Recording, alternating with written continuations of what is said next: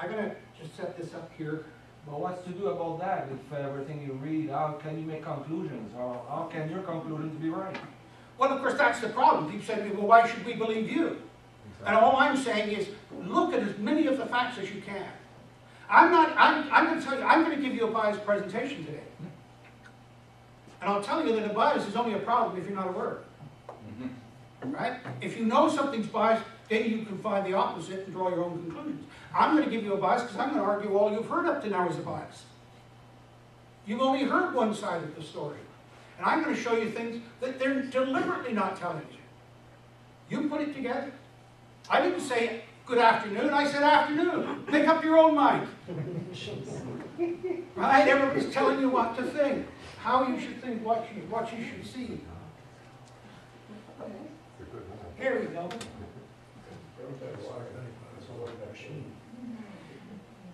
I've labeled this the biggest deception in history. And it really is. There have been massive deceptions in the past. The South Sea bubble, there's been all sorts of scams throughout history. But this is the greatest. And I say that without hyperbole. And the reason I say it is because this is the first deception that has affected everybody on the planet. Everybody. The price of energy, and all of the arguments in green and all of these other economies, and you can look at the impact. Again, I'll mention another book I mentioned a bit earlier, but Paul Dreesen's book, Eco-Imperialism, where the West took its ecological values and imposed them on developing nations. Okay? And so it's a very, very good idea. The classic one, of course, you now know about was Rachel Carson's book, Silent Spring, and they said, oh, the DDT's killing the birds, the eggshells are thin. There was never, ever any science to prove that. It was totally made up. But what happened? They banned DDT, and how many millions of people have died of malaria in Africa because they were not allowed to use DDT? It got to the point recently where 17 African leaders said, to heck with your ban, we've got to stop the malaria. And so you see the line that goes on, and as I said, this is the greatest deception. What's going on here, and this is another part that you need to understand about things, this is a paradigm shift.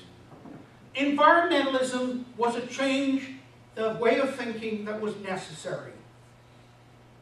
There are a lot of very good things about environmentalism. But notice what happened. A few people grabbed this for their own political agenda. And you can see them on television. There they are. Environmentalists. Well, where did they get that qualification? Right? It's like, so I used to tell my colleagues, and somebody used the phrase here earlier, and say, well, it's purely academic. You know what that means? It means it's irrelevant to the real world.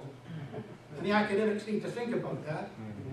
And by the way, I challenge anybody in this room to find me a university or a college anywhere in the world that offers even a half credit in common sense. What do we call it? Sorry? I said, why do we call it that? It's not common. Well, it's not common, exactly. Yeah. And by the way, I used to make my colleagues even madder because I said if a university offered one, they'd have to bring someone from outside to teach it. That's the reality. But an environmentalism is a shift in our way of looking at the world. It started with that composite picture of the world taken by the astronauts of Apollo 8. And it came on the cover of all your textbooks in high school and so on. You know, the blue marble, the phrases that they used. That was the first time we started to think about this as a finite planet, as a limited planet. But of course, what happens with any new paradigm is that people see, yeah, there's some good stuff in that. Yeah, we shouldn't be soiling our own nest. Doesn't make sense. But they don't know how far to go with it. They don't know how to implement it. But there are always a group that will grab it and use it for their own political agenda. And those are the extremists. And I spent my career wondering, what is the role of an extremist in a society? And I finally figured it out. Their role is to define the limits for the rest of us. Their role is to say, to do things where people say, no, hang on a minute, that's going too far. Think about feminism, another new paradigm, absolutely necessary. Still a lot of things that need to be changed. But most women were saying, yeah, it needs some change, but how far do we go? And then the women started throwing their bras away, and the other women were saying, no, hang on a minute. Not so sure about that. It didn't last long. The extremists have defined the limits. There's still a lot of changes. And in fact, people, there was such a reaction that people have backed off on the feminism. There's still some things that need to be changed. Well, the same is happening with environmentalism. People said, yeah, hey, good stuff. But then when you start to see the exploitation of it, people like David Suzuki, and the hypocrisy of, oh, you live the way I tell you, but don't tell me how to live. In my $12 million worth of 5 homes and all the rest of it. That's the thing, of course, that gets. And by the way, I can tell you, I took seniors on tours of Europe, and we went to Pompeii, and there's graffiti in Pompeii, wonderful to read the graffiti. And there was an election going on just prior to the eruption of the volcano. And one of the pieces of graffiti says, if we get rid of this bunch of scoundrels, we just get another bunch of scoundrels. Right? People understand that. But the two things, and this is from my own extensive research, the two things that trigger the people to rise up against the leaders, one is a failure of the food supply. And the second is when the leader believes that they are the only ones that have the right to rule. It's called the divine right of kings. And then the people will rise up and say, Edward Heath, when he was Prime Minister of England, was on television, and somebody in the audience said, Mr. Heath, with all of the changes and all the parliamentary democracy that's gone on, is it true that still 10% of the population control 90% of the wealth? And Heath said, yeah, it's true. And all the audience nodded. And then Heath made the mistake when he said, and that's the way it should be. The bone melted off the wall. His own party made him go on television the next day and apologize for what he'd said. Okay? People know that, but don't ever think that you have absolute power and absolute rule. And so the paradigm shift of environmentalism, of course, got grabbed by these extreme environmentalists, particularly through people at the Club of Rome. And we'll talk about that. Now, this is an ad that's going on in Britain right now. When you look at those countries that adopted the green agenda, the green economies and so on, it's been a disaster. It's been a total failure. And one of the things that's really frustrating for people that they don't understand is that all the things are being promoted, particularly by Obama, for example. And I listened to Václav Klaus, the Czech Republic leader, now retired, in New York about 5 years ago, and he said, we've gone through 70 years of communism. Why the hell would you want to go back to that? And everybody nodded. If what these people were proposing was new, had not been tried, then people are willing to try it, particularly the Americans. They're more adventurous than most nations on earth. That's why they're in America, looking for that frontier, looking for the new opportunity. And that's why a lot of Canadians are here, because we didn't want that. We call ourselves the United Empire Loyalists and ran away from that. Okay? But Obama comes along and says, oh, this is going to be changed. And he led them to believe it was going to be completely different. And they're finding out now it's not only the same, but it's more of the same and worse. And you can say, well, what they're trying has already been tried and failed. In Britain, they're getting rid of their green economy. Go and look at Spain, where they created green jobs, and it cost $177,000 for every job they created. You know, go and look at, if you want to see what welfare does to people, go on our Aboriginal reserves. Go and count up the amount of money at federal, provincial, and municipal levels that is spent on every Aboriginal person in this country. And I did it first back in the 1980s, and even then it was almost $1.25 million per person. It's absolutely insane. It's not working. And when are you going to wake up to that? So they say Britain is better off without the Climate Change Act. But all of that money, how much goes to the native and how much goes to the bureaucracy? Oh, yeah, absolutely. The Indian Affairs, Department of Indian Affairs, yeah, so much of it goes. Yeah, it's like with these like Red Cross. They discovered only 12% of all the money they collected was actually going to help people. Government's even worse. I agree. It's the bureaucracies that you set up. That's the problem. Yeah. Oh no, no question. Okay. Let's flip to the weather and climate thing. I'll show you how they deceive you on this. First of all, weather is atmospheric conditions at a place and time. So if you stand outside, you're experiencing the weather. That's the most complex thing in the universe. Because the weather you're feeling is a combination of everything from cosmic radiation from deep space to heat off the bottom of the oceans and everything in between.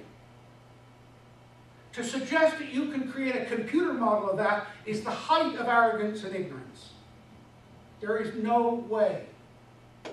Right? And I said earlier, how good are their forecasts? 4 days at the most? Environment Canada claims 70% accuracy on their short-term forecast. If I tell you that you can be accurate for tomorrow and for the next 2 days, if you say tomorrow's going to be the same as today, you've got a 63% chance of being right. Right? Because of the way weather systems work. And they're getting another 7% for what? I mean, how much are we spending on these people? And then there's the climate. What is the climate? I was talking to a grade 4 class. I love those kids. And the teacher introduced me as a climatologist. Right? And of course, the grade 4s, the questions, they're right on their feet with their questions, and the questions are right here. Right? There's no messing around. And the kid jumped up, and I said, "You got a question?" He said, "Yeah." He said, "How many mountains have you climbed anyway?" What else would a climatologist know? I love that. That should be Reader's Digest in your bathroom. Climate is the average of the weather over time or the location. You're familiar with this. I said, what's the climate of Britain? Wet. What's the climate of Poland? Haven't a clue. Haven't a clue. But it's the average of the weather. And one of the things, by the way, they'll tell you that their climate forecasts are different than their weather forecasts. They're not. The weather forecasts are wrong, therefore the climate, which is a function of the weather, is going to be wrong too. But they don't tell you that. Right? Most people don't know the difference between a climatologist and a meteorologist. A meteorologist studies physics of the atmosphere. A climatologist studies the pattern of weather and how it changes over time. That's what I've been looking at. How much the weather changes over time, and that's what we need to look at. Here's a simple diagram of the weather. It's this, all you systems engineers would appreciate this. And here you can see the solar radiation coming in, temperature, outgoing radiation, mixing depth from the oceans. I mean, this is such a complex system. And the question I want you to ask yourself is, in all of that, why did they pick CO2? Why did CO2 become the focus? It's such a small part of this total system, but they focused on CO2. And that's the story that you need to understand, why this became the focus. CO2 is the second only second in the list of greenhouse gases. You all heard about greenhouse gases. How many of you know what a greenhouse gas is? Well, I'll show you in a minute. The most important greenhouse gas is water vapor. Never gets mentioned. It's 95% of the greenhouse effect. They never mention it because they want you to focus on the CO2. And you need to ask yourself why that's the case. This is my bank account. I'm learning the LaRouche principles. I'll be better with this. This actually shows you the temperature of the Earth from the ice cores in Antarctica going back 420,000 years. And I took this because I wanted to cover everybody in the room. Boy, you better have a sense of humor here. They told me when I joined the Canadian military, if you haven't got a sense of humor, don't join. And I didn't realize how serious they were until they put me on a squadron where the oldest aircrew was 36 and the youngest airplane was 42. I'm not kidding. Every single airplane was older than anybody that was flying. And we had one airplane that was 6 inches longer than when it was built. Yeah, an old DC-3. And it was used for towing targets during the war. And every rivet had given a little bit. It was stretched out. So the door didn't fit. We had a big gap in the back door. We're flying in the Arctic at -70. Hey, welcome to Canada. Anyway, this shows you, here's the present temperature, okay? Here's the temperature 120,000 years ago, here's 240, here's 320,000 years ago. And they tell you that this is warmer than it's ever been. That's an absolute lie. As our geologist friend was talking to you about the catastrophes and so on. These, of course, are the ice ages. Here you've got big ice sheets building and then they melt. We're in an interglacial. We're in a warm period of the Earth's history. And the cycles of climate, of course, are ignored. They say that there are no cycles to the climate, but there are. And this is one of the most basic ones that you can see here. Just 20,000 years ago, this is looking down on the North Pole. It takes you a while to figure it out, because it's not your normal view of the world. But here's the North Pole, and here's China, North America. Look at the ice sheets that covered the Earth just 20,000 years ago. The ice sheet covering North America 20,000 years ago, that's yesterday in the Earth's history. Not even yesterday, 2 seconds ago. The ice sheet covering North America 20,000 years ago was larger than the current Antarctic ice sheet.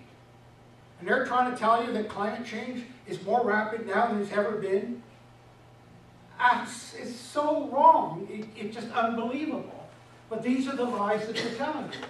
And by the way, look at the ice sheet in Eurasia, and the Greenland ice sheet and so on.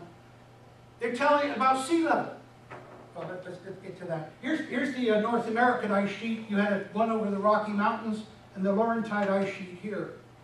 That's just 20,000 years ago. All of that ice melted in less than 5,000 years. And there's nobody on this planet that can tell you where the heat energy came from to melt that ice that quickly. And I got to tell you, it wasn't Barney Rubble in his car.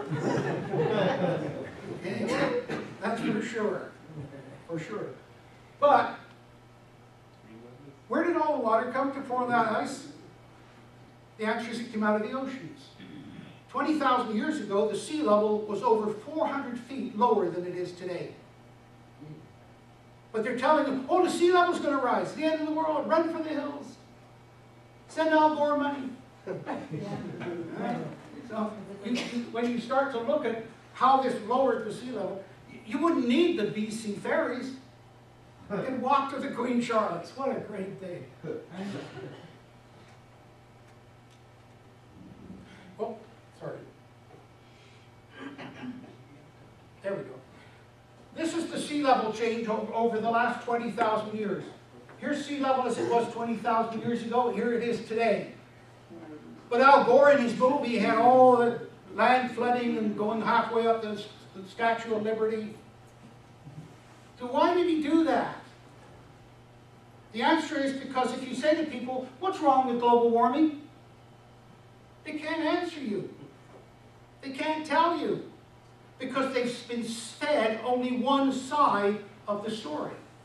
Remember what I said at the beginning about bias? Right? When every single study they've done has been a cost-benefit without the benefit. Deliberately. Deliberately, cost only. And here you see, as I said, look at how rapidly the sea level rise in about 5,000 years. Tremendous increase in sea level. And now it's been leveling off for the last 5,000 years. But they're trying to tell you, oh, it's getting worse. It's absolute nonsense. So you can see the situation here. This is temperature over the last 10,000 years. And this is from a Greenland ice sheet. And here you can see the present temperature. Look at the last 10,000 years. It's been warmer for most of the last 10,000 years than it is today. But what are they telling you? They're saying, oh, it's warmer than it's ever been. I love that when they get out, they say, ever. You phone up, you say, what do you mean ever? They say, well, 5 billion years of the Earth's history? No, only since government records began. Oh, how did we ever survive without government records? My goodness. But here's the present warming. Notice we're coming out of a little ice age, a cold period, and here's how warm it was. But there's not only evidence of that, but see this arrow here? This is a tree trunk, a white spruce. It's 100 kilometers north of the current tree line. It's radiocarbon dated at 5,000 years old. For that tree to be growing that far north, the world will have to be 4 to 5 degrees Celsius warmer than it is at present. But they're telling you a 2-degree warming is going to be the end of the Earth. Yes? Hi, I'm not really super knowledgeable about all this, but I think a lot of my concerns about this, well, is not just emissions that cause global warming or anything like that, it's also about habitat destruction as well. I mean, like, there are so many reasons that we should care about this planet, and it's I not. didn't say that. Yeah, I didn't it's say just we should. like, I don't know. I told you I was going to give you a biased presentation. I'm presenting the stuff you haven't heard. But you see, you talk about land changes, forestry destruction. Do you know there's 30% more forest on every continent in the world in the last 50 years? The amount of forest has increased, not decreased. It's another of the myths. The deforestation is a complete myth. But they want you to believe that. The only place where humans are affecting the climate in their immediate region is in the cities. The temperature of the cities are 2 to 3 degrees warmer than the surrounding countryside. It's called the urban heat island effect. And when you put that into their record and take that off of their record, there's been virtually no warming at all. So yeah, I'm not saying there's not changes, and I'm not saying we don't have environmental issues. What I'm trying to say to you is they've got you focused on the wrong things for their own agenda. Okay. And let me tell you that, and here's a good example to your question. About 7 years ago, the United Nations published a report that said the #1 environmental problem in the world is soil erosion. Who ever heard of that? Who ever heard of that? Without the soil, you can't grow anything. Canada has dealt with the soil erosion problem better than most countries in the world. In fact, a farmer from Saskatchewan by the name of Senator Sparrow produced a book called Soil at Risk. There's been more copies of that printed than any other publication in Canadian parliamentary history. It's been translated into 17 languages. Go to China. That Yellow River is yellow for a reason. And the answer is they're losing a lot of their topsoil into that river. But you see, those are not seen as problems because they got you looking at the warming. I'm not saying there aren't problems. All I'm saying is, look at the whole issue, get the problems. It's like I mentioned with the food. There's no shortage of food. There's problems of storage, and there's problems of adequate marketing and distribution. That's the real fundamental problems. Yeah. How can there be more trees today than 50 years ago when the technology of, cutting down trees is so much more efficient, number one? Okay. And what's going on, like, for example, in the Amazon, that's what we hear anyways.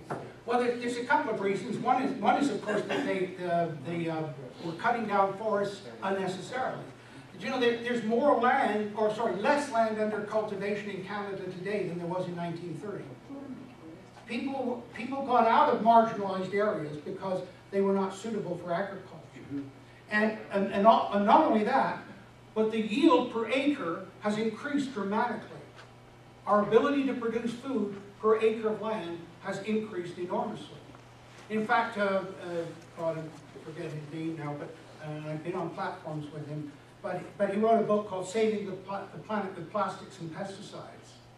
Okay, and what he's saying is, if you increase the yields of the land that's currently compromised, which we could do dramatically, go and look at the increase of corn yields in the United States. Absolutely phenomenal. Absolutely phenomenal. And if we applied that same to wheat, and we've done it with rice, we've increased the yields of rice. And in fact, what's happening now, Greenpeace are blocking the growing of yellow rice, which has huge potential to feed third world countries. And the co-founder of Greenpeace, Patrick Moore, who I happen to know personally, has been down at the Greenpeace headquarters protesting about that, denying that food supply to people. But the forests, you can look at New York State, for example, there's 1.6 million acres of forest now, more than there was in the 19th century. So there's been a dramatic change in how we use the land. But again, that doesn't get reported. But ask about that. Europe is rewild. Here's the global temperature, or northern hemisphere temperature for the last 1,000 years. Here's the current temperature, and you go back, and here's the little ice age, 1680, when the world was very cold. And people kept saying, oh, you're a global warming skeptic. And I said, yeah, all scientists are skeptics. If you're not a skeptic, you're not a scientist. But you see, this is how they use terminology. They create slurs. Because the public idea of a skeptic is somebody who doesn't believe anything, just a doom person. But all scientists have to question everything all the time. That's the nature of science. You don't accept anything. So yeah, I'm a global warming skeptic. What was I skeptical about? The argument that human CO2 was causing the warming. But that didn't happen. And then, and we'll see this in a minute, went from global warming to climate change. All of a sudden, I'm a climate change denier. Right? This is how they attack. It's personal attacks. They put you into groups that label you as nutcase. Look at anybody that dares to ask questions about Obama's paperwork. I talked to a lawyer that went to law school and he said, I never saw the guy, I never met the guy, never heard of the guy. And it wasn't a big law school. But you ask questions about the paper of Obama, what happened? Oh, birther. That's a craze that they created to marginalize. Oh, you birther. Oh, and you dare to ask questions? Conspiracy theorist. How many in this room have been labeled conspiracy theorist? It's a lovely way of shoving you into, oh, those nut jobs over there. Right? It's a collective ad hominem, if you want. And this is the game that they play. So nobody's arguing the world hasn't warmed up. It's been warming up since 1680. Notice, by the way, I got Dickens' Winter on here. That doesn't mean it was a Dickens of a winter. It meant that Charles Dickens wrote Christmas Carol, because in the first 9 years of his life in London, it snowed every single winter and the snow stayed on the ground for 3 months. It was colder. And what did Dickens write about? The failure of harvest, the social conditions that stemmed from that. Right? That's what he was addressing. But here you see the Little Ice Age. You don't understand the fur trade unless you understand how cold it was in the 17th century. And when did the Hudson Bay Company get their charter to bring furs into Europe? 1670. Bingo. See how cold? We're talking a meter of ice on the Thames River in 1682. Okay, we're talking in 1704, we're talking ice on the Mediterranean in Saint-Tropez on the south of France. They weren't topless that year, I'll tell you. So when you start to look at the realities of the climate change, and look at the medieval optimum here, and I want you to keep an eye on this time period here. Much, much warmer. When the Vikings were sailing in the Arctic, and the Vikings were sailing in Arctic waters that are now permanent pack ice. Everybody knows about the Viking settlement at Lanceau Meadow in northern Newfoundland. Very few people know that the Vikings also had settlements in northern Quebec, on Ungava Bay. And very few people know that the tides on Ungava Bay are higher than the tides of Fundy. But you're only fed certain information, and it's in the textbook, and you believe it forever. Okay? Tides on Ungava Bay up to 80 feet. And I've seen both the Ungava tides and the Bay of Fundy tides. So when you look at how warm it was in here, and then how much it cooled down, and then how much it's warmed up, that's just in the last 1,000 years. That graph I'll come back to because it was problematic. Okay, this is what's happened. You remember just now I said they went from global warming skeptics to climate change deniers? Well, this is when it happened. See, the global temperature was going up. Nobody was arguing with that. They were saying it was human CO2. I was saying it was the sun. The sun reached a peak of activity in 2000. The sun has been cooling down ever since. How many of you in this room know that Eureka, in the high Arctic of Canada, had the coldest August and September on record? And that's 87 years of record. Not a mention in the global whale. Sorry, the global mail. Not a mention of it. Not a mention of the fact that they predicted that the Arctic would be ice-free this summer. NASA predicted that. And yet the ice increased 60% faster than it's ever increased before. Never made the headlines. So when you start to look at what you're being told, but you see what was going on here, they had a hypothesis. They said that if CO2 increases in the atmosphere, the temperature will go up. Well, here's the temperature going up, and they call it global warming. Well, it's humans are causing that. But then starting in 1999, the global temperature started to go down. But the CO2 kept going up. This is what Huxley called over 100 years ago the great tragedy of science, a lovely hypothesis destroyed by an ugly fact. Okay? So what did they do? They didn't say, oh, well, we were wrong, our models were wrong. And you know, I've always been looking for comments that summarize decades or whole periods of time. And Scott Carpenter, they just buried him today, the second American astronaut in space. his comment was so symptomatic of the 20th century. They said, what did you think about when you were rocketing into space? He said, all I could think about was every part was made by the lowest bidder. Oh. What a wonderful, what a wonderful. And so, of course, you see, the point I'm making here is that what scientists would do is say, hey, the facts are not fitting our hypothesis. So you abandon your hypothesis or you accept what they call the null hypothesis. They didn't do that, they moved the goalposts. They said, oh no, it's not global warming anymore, it's climate change. Right? That in climate change is allowing, oh, it's warmer, it's colder, it's wetter, it's drier, it's all humans. It doesn't matter. It was a deliberate plan. And if you don't believe that it was deliberate, in those emails that were leaked from the Climatic Research Unit in East Anglia, that was the center of all this corruption, this guy Yellen, a Swedish climatologist, wrote, I agree with Nick that climate change might be a better labeling than global warming. By the way, the same thing happened with the Sierra Club in the United States. They were professing a no-growth policy, Yeah. and it backfired on them. Yeah. So you know what they changed it to? No. Sustainability. Yeah. And it was just like this. It was overnight. It changed. Yeah. Yeah. Don't go back and say your science was wrong. Move the goalposts. Change the game.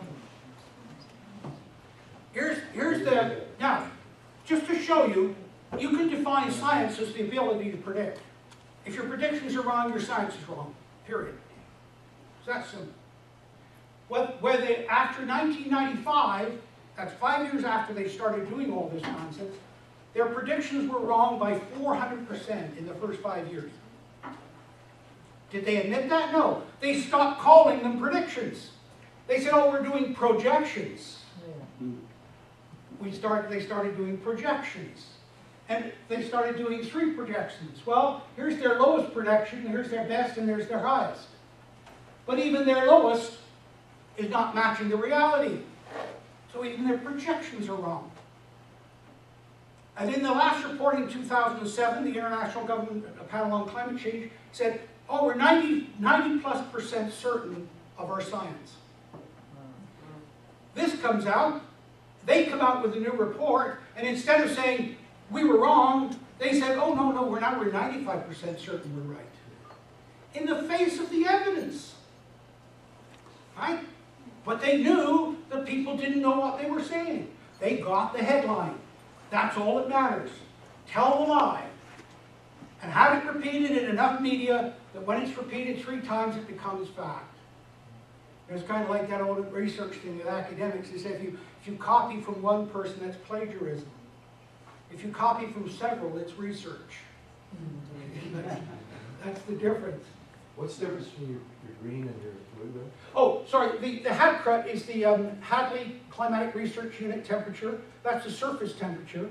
The green is the University of Huntsville in Alabama. That's a satellite. The satellite's showing colder temperatures than the surface, partly because of the urban heat island I talked to you about. But the satellite, of course, is also better because it covers the whole globe. If you plot the increase in CO2, you can see how it influenced their predictions or projections. But you can see what's actually happening. We blended the two here. You can see that what they've said is if the CO2 is going to go up because humans are producing more and therefore the temperature will go up, and that's the end of it. Excuse me, I assume that you built those graphs, I assume? Yes. And where did you get your raw data, if I may ask? The raw data is what they put out. I use their raw data. Okay, very Yeah, because one of the things that it's absolutely essential in science is what's called reproducible results. You have to be able to take what somebody else did and then how they created it and reproduce it. If you can't reproduce what they did, then there's something wrong. We'll come to a case of that in a minute. But yeah, you always go back, and I'll show you how they manipulated the data.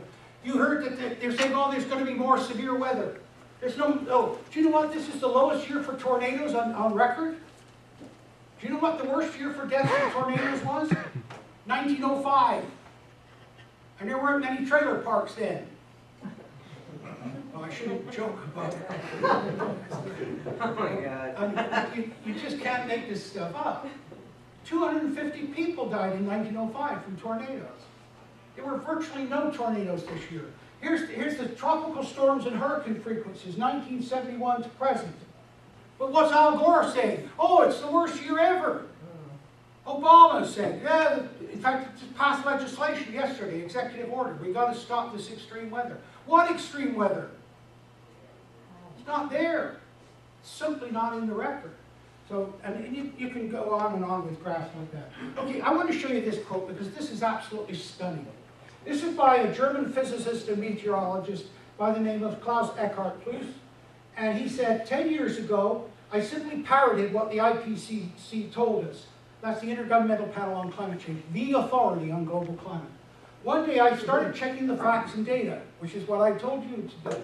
First I started with a sense of doubt, then I became outraged when I discovered that much of what the IPCC and the media were telling us was sheer nonsense and was not even supported by any scientific facts and measurements.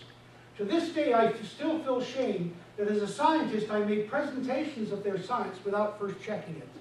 Scientifically, it's sheer absurdity to think we can get a nice climate by turning a CO2 adjustment knob.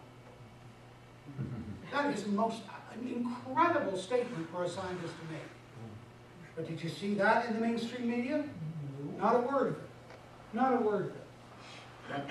What the objective of draining CO2? Okay, yeah, he's asking about blending CO2. Can you hang on? I'll get there.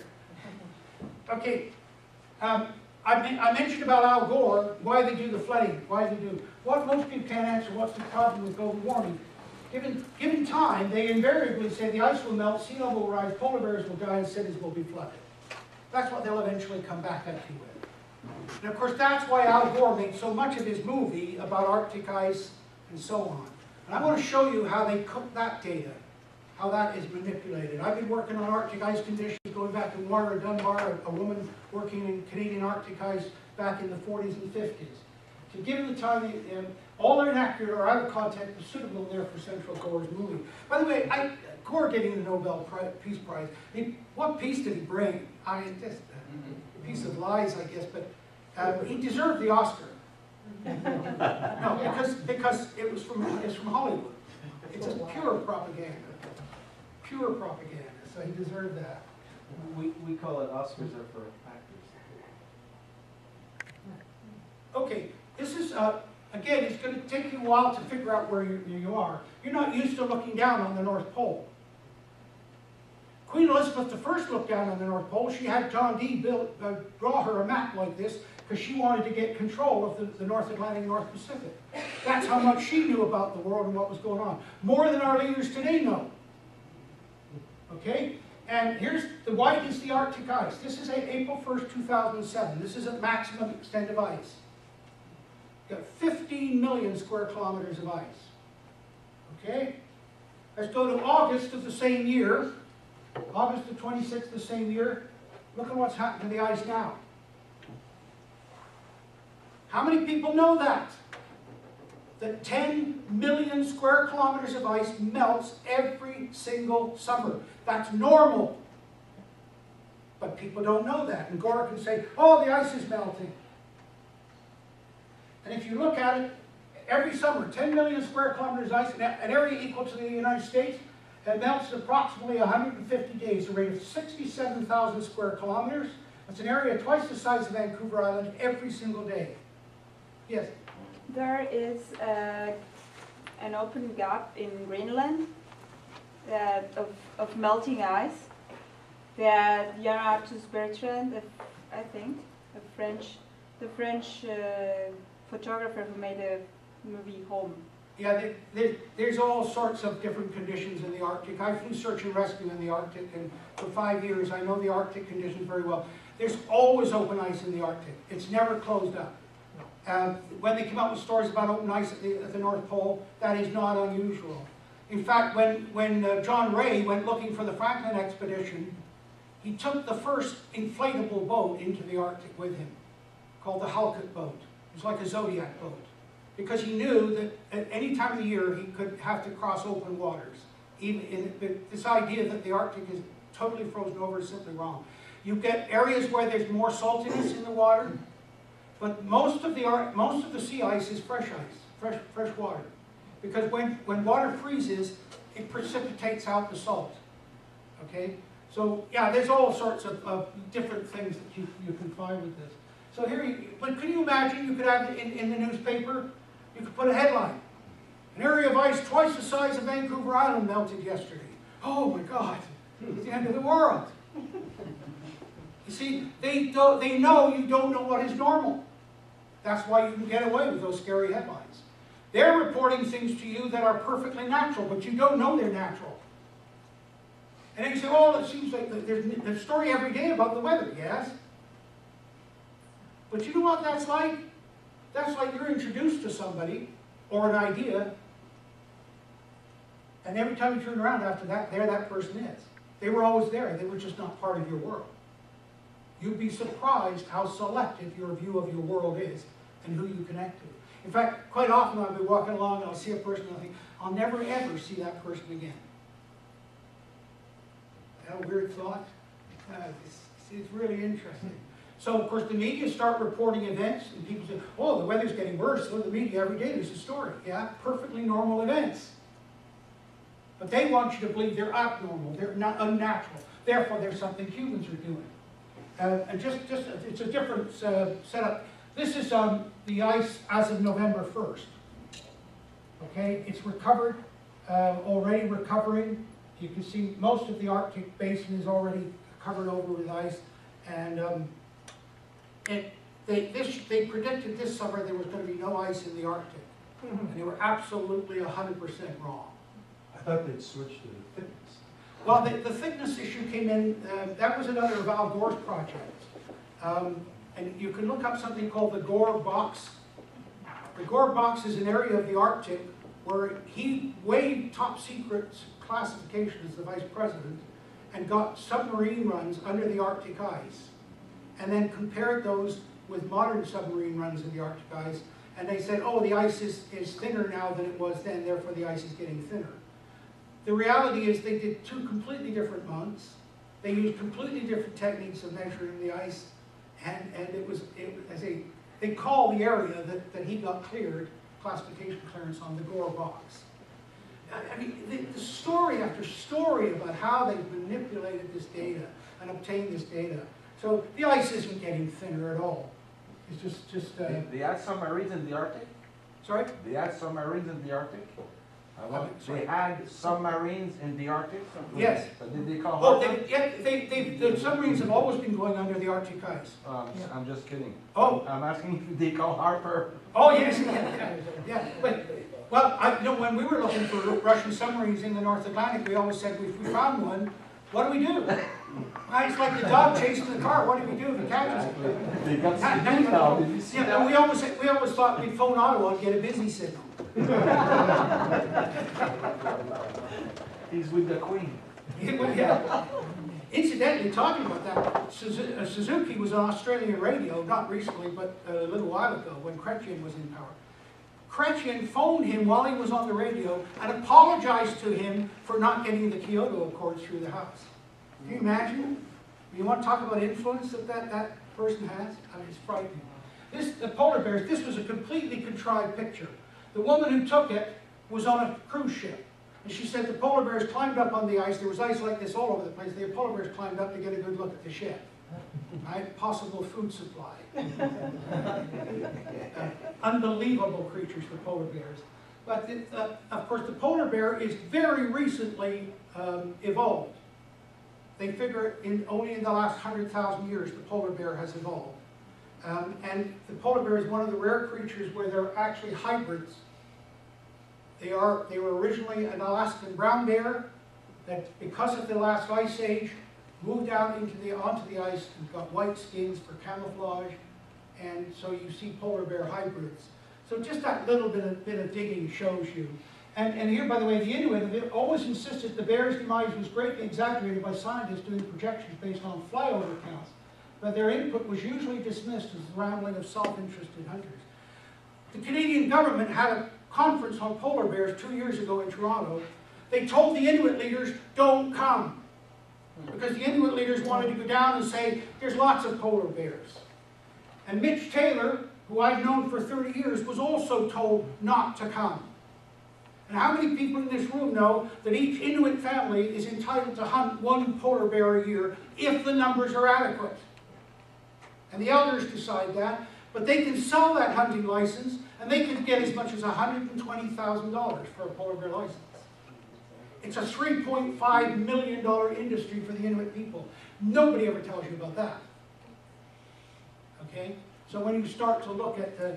Well, I was just remembering Longboard's film. Yeah. He mentioned that. Yeah, did he? Good. Yeah, Yeah. which was astonishing. Yes. Motive. Well, we've already heard about Malthus. And Malthus, of course, was the son of an aristocrat. In England, what happened was, if you were the son of an aristocrat, if you were the oldest one, you got the family property. All right? The second one was sent off to the army. They got you a commission in the army. The third one became a church minister. All right? And then if you happen to be the fourth or fifth son, too bad. And people don't realize this. You know, the first son got sent on the tour of Europe to be educated. The second son got sent to Africa. The third son got sent to India. The fourth son got sent to hunt grizzly bears in Canada. Okay? And Lord Lonsdale, who happened to be the fourth son of the Earl of Lonsdale, came to Canada in the 1870s, and he went up into the Mackenzie Delta hunting grizzly bear, and he found a very large African American, a black man in the high Arctic. And of course, the guy took him aside and said, "Be quiet." And Lonsdale said, "What's going on?" He said, "This is a true story, brother. I got it from the anthropologist that investigated all this." He said the Africans said to him, "I was on the railway escaping the slavery in the U.S. and forgot to get off the train. I ended up in the high Arctic." And he said, "The people thought I was Jesus Christ. I was the second coming." Yeah, and he was smart enough to realize that he couldn't live up to that job. That's a bit much. So he told them he was John the Baptist. So he could reap the benefits but not be held accountable. The sad story is, by the way, Lonsdale, who promoted professional boxing, decided to take him back to England as a boxer. But unfortunately, the man caught tuberculosis, which is very common, of course, anything, lung disease, consumption, and he died on the way back to England. But the rest of the story, I say, is really quite, it's one of those lovely stories about Canada that should be in our children's books. But Malthus, of course, was, he said the population would outgrow the food supply. That was picked up by the Club of Rome, and the population would, they expanded it. Where he's just talking about food supply. And by the way, Darwin took Malthus's work with him. He was a great believer in what Malthus had to say. Just as he took Charles Lyell's books on geology with him on his voyages to the South America. But the Club of Rome emerged about the 1950s. They took this idea that the world would outgrow the food supply and said the population would outgrow all of the resources. And not only that, they would do it with increasing efficiency because of industrialization. That's the connection, okay? So they said, not only is the population too big, but it's going to start using all the resources at a horrendous rate. The Club of Rome, this is 1991, the first global revolution. The common enemy of humanity is man. That's why they came out back in the 80s with or 90s with those bumper stickers that save the planet, kill yourself. I love that. Right? And Prince Philip's comment about, yeah. By the way, the guy said I don't believe in reincarnation, but then I didn't believe in it last time I was here either. So is it too late in the afternoon for this? If I get too funny, I'll lose my credibility. That's the problem. That's like university. One joke, your credibility is right off the edge of the table immediately. In searching for a new enemy to unite us. You see, this is it. It's got to be an outside threat. It's got to be global. Because, oh, you need us to save the whole world. That's the underlying theme of the Club of Rome. We came up with the idea that pollution, the threat of global warming, water shortages, famine, and the like would fit the bill. All these dangers are caused by human intervention. It's only through changed attitudes and behavior they can be overcome. The real enemy then is humanity itself. We're the problem. Get those people off my planet. Right? And there are, I can show you quotes from biologists and scientists that really believe this, that the problem on the planet are humans. You see, and you see this, they let it slip once in a while. Greenpeace published a book on global warming, and they said CO2 is added to the atmosphere naturally and unnaturally. Well, why did they say unnaturally? What do they mean by that? Didn't even occur to them. What they meant, of course, that the unnatural is humans. Well, if what we do is unnatural, aren't we unnatural? And this is the philosophical dilemma that they're in now, by the way, that they're getting caught up in. And so you could say, for example, well, humans build dams. In the Northwest here, they're talking about tearing dams down. Well, beavers build dams for the same reason. Is that okay? Oh yeah, that's fine. Well, why can beaver do it and humans can't do it? Oh, because we're not allowed. By the way, one of the most horrible things, from my perspective, is the young people that I talk to. And the young people. And you say to them, you know, what about our world? What's your impression of our world? Yeah. And I'm finding that more and more of the young people just say, it's man. You know, nature's wonderful, not man. And I find that just horrifying. Okay, what's happening is that the young people are coming out of the schools totally indoctrinated into the green ideas.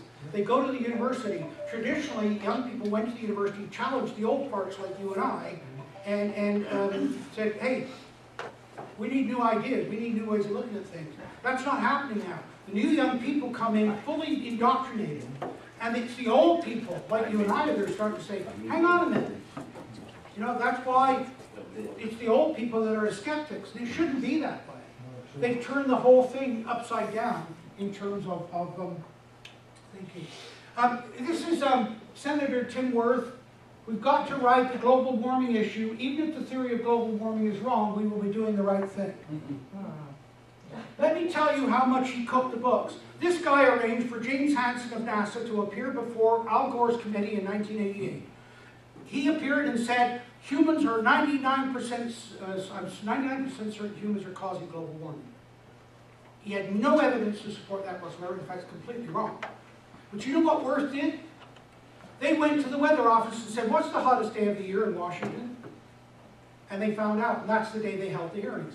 And they went into the Senate hearing room the night before, opened all the windows and shut off all the air conditioning.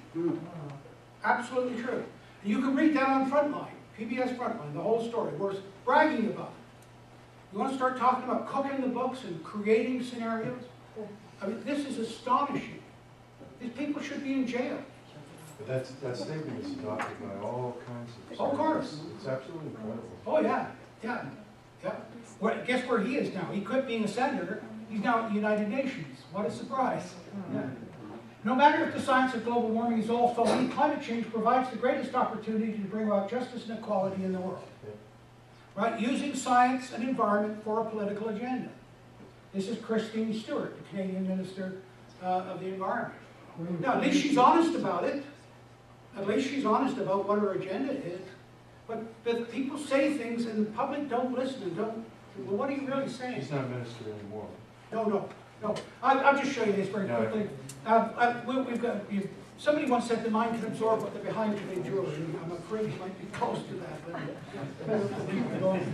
that. This is Malthus, of course, and here's his graph that he drew of the population outgrowing the food supply. The population was geometric, the food supply was linear, and so his essays, as I said. Now, this is where it was picked up by the Club of Rome, Dennis Meadows and Janelle Meadows, and the limits to growth. And of course, this is where they produced computer models showing the crashing of all the resources. And of course, that turned out to could be completely wrong. But here's the Canadian that's really the cause of all the world's troubles. I don't know how many of you know Maurice Strong or know that name? Yeah. Okay, Ontario is going to have energy problems for at least the next 40 years because of what this man did as the head of Ontario Hydro. He shut down the nuclear power plants, he shut down the coal plants, and when McGuinty ran for office, there was already a surcharge on every Ontario bill, hydro bill, to pay for the cost of what damage Maurice Strong did. He ran Petro-Canada, he was appointed the head of Petro-Canada, And Albertans will tell you they just finished paying for the damage he did to that 2 years ago. Okay? Where is he now? He's hiding in China. Why is he in China? Because he and his son made millions of dollars off of that oil for food for the children in the Iraq crisis. And the US government wants to put him in jail for that. And who was he in it with? Kofi Annan, the head of the UN. The two of them and their sons made millions. Millions. And Maurice Strong's in China saying, oh, this is the greatest government, this is a wonderful place to live. Power Corporation was all over that too. Oh, the Power Corporation, yeah, but he didn't do that, yeah. But here's what he said. And this was in an interview with Elaine Dewar, who wrote a book called Cloak of Green. And he said, isn't the only hope for the planet the industrialized nations collapse? Isn't it our responsibility to bring that about? Now, this is where I want to link things together. How would you do that? Dewar said to him, well, you got that big idea, why don't you run for politics? He said, well, you can't do anything as a politician.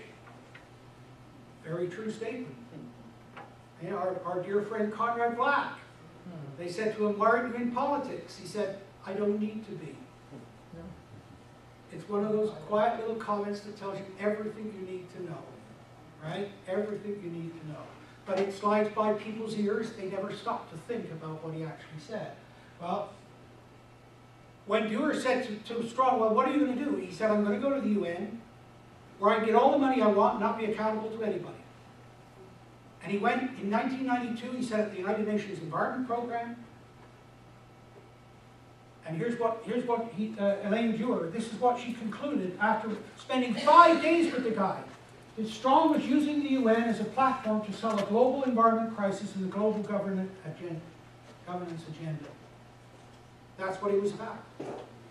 So he set up the Rio 92 conference, where Agenda 21, which is the plan for the whole world. And how many people in this room know of Agenda 21? Good, a few of you. Well, oh, good. And by the way, just to make sure, one of the most common things that they do is, well, and it's sort of implied in some of the questions, well, shouldn't we act anyway? What if you're wrong? Right? It's sort of implied in the you get that thrown at you all the time, right? What if you're wrong? Should we do it anyway? Well, but the comeback on that is, that's called the precautionary principle, by the way. And here it is, built right into the Agenda 21, Principle 15. In order to protect the environment, the precautionary approach shall be widely applied by states according to their capabilities. There's that socialist thing. Well, if you can afford it, we're going to make you pay. And if you can't afford it, don't worry about it. Okay? Inequities. Where there are serious threats or irreversible damage, lack of full scientific certainty shall not be used as a reason. Who defines full scientific certainty? They do. They decide what full scientific certainty is. It's another of those lovely vague lawyers things. Right? It's like sustainable development. It means everything to everyone and nothing to anyone. It's a perfect political comment. And so that's Principle 15, is the precautionary principle. By the way, I ran into that when I was summoned before the Canadian Parliamentary Committee on the ozone hole. There never was an ozone hole. There isn't an ozone hole now. There is an area where the ozone is thinner. It's been there for millennia. It's over the Antarctic. But even at its thinnest, the ozone is 1/3 the average. But that's another of those terms. Oh, ozone hole. Oh my God. They're all going to sneak in on us and kill us all. It deliberately created propaganda. And I was summoned to appear for that committee. And I realized that none of the politicians understood how science works. Science speculates. Science creates speculation. They call it hypothesis. But other scientists challenge that hypothesis. That's why they're called skeptics. So what I did was I said, look, I'm going to create some threats for you. The Earth is slowing down in speed of rotation, scientific fact. The Earth's magnetic field is weakening. It's been weakening for 1,000 years, scientific fact. If it continues to weaken at the current rate, there'll be no magnetic field in 120 years from now. We know in the past, when the magnetic field is reversed, there's been massive extinction on the planet. I said, I want to know what my parliament's planning to do about this. Well, of course, they went berserk. one of them threw the paper at me. She said, Galileo would be ashamed of you. And I said, wow, to be mentioned in the same sentence as Galileo is the greatest compliment you could pay me. Clearly you don't understand Galileo's role in the history of science. Okay? And of course, one of the members, actually from Brandon, a guy named Clark, not Joe Clark, but another Clark, he had a biology degree. And he knew about hypotheses. He said, well, Dr. Ball, he said, you've obviously given this problem a great deal of thought. What do you suggest? I said, well, we get a huge grant from Canada Council. We take all Canadians down to the equator and we run like hell in one direction.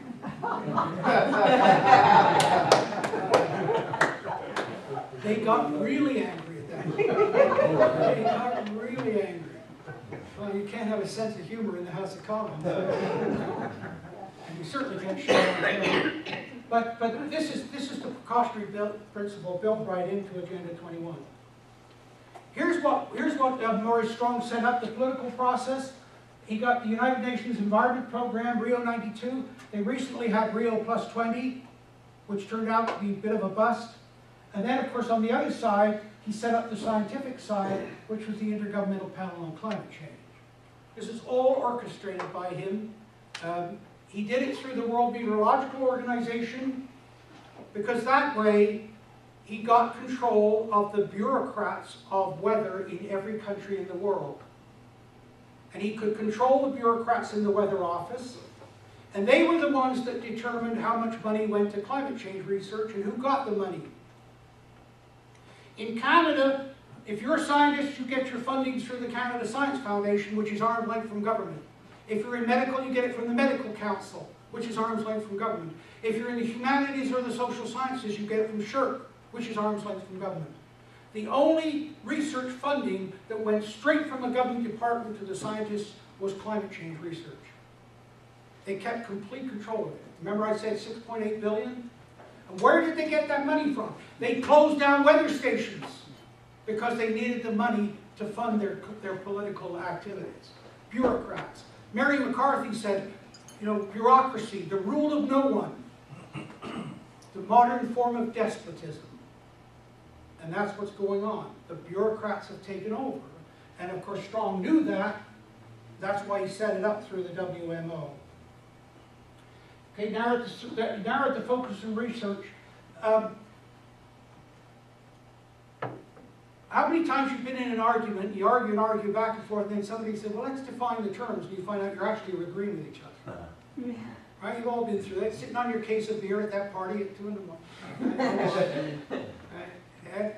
Yeah, that's feminism now, the women are doing it, you see this. But and I learned about this, and this is something I really want you to understand. I used to think commissions of inquiry were a great idea. How many times have you seen there's a conflict and people are saying, oh, we need a commission of inquiry. And finally the politician comes out reluctant and says, okay, well, we'll appoint a commission of inquiry. And everybody goes, whoa, got the politics out of it. I got to tell you, the very first commission of inquiry I was appointed to, I found out how they work, what they do. Because it was over water in Lake Dauphin in Manitoba. And we got the terms of reference. And the terms of reference were so narrow, we couldn't even get the data that we needed to solve the problem. In other words, they predetermined the outcome of our commission. And so I said tell the minister, Duncan was the chairman of the commission, I said, tell the minister, unless we get all the data we want, I'm going to go to the media and say, he's trying to predetermine the outcome. Well, of course, he decided he didn't want that. Let me give you an example. They control it by the terms of reference. What's the greatest conspiracy theory today but the John F. Kennedy shooting, right? Mm-hmm. Isn't that one of the biggest conspiracy theories today? I was watching Judge Warren being interviewed on television, and they said to him, why didn't you look at the connection with the mafia in Dallas, and Jack Ruby? And he said, very simple. It wasn't in my terms of reference. I knew exactly what he was saying, and I knew most people watching didn't have a clue what he meant by that. In other words, he was warned off by the Kennedys, don't go looking there. Yes? Dr. Ball, I'm sorry I have to leave, but I hope there's one thing that you can bring up, and that's Al Gore with Generation Trust. Yeah. I just want people to know here that Al Gore was the chairman of the world's largest carbon trading company, which was created as part of this hoax and a scam. before he made Inconvenient Truth.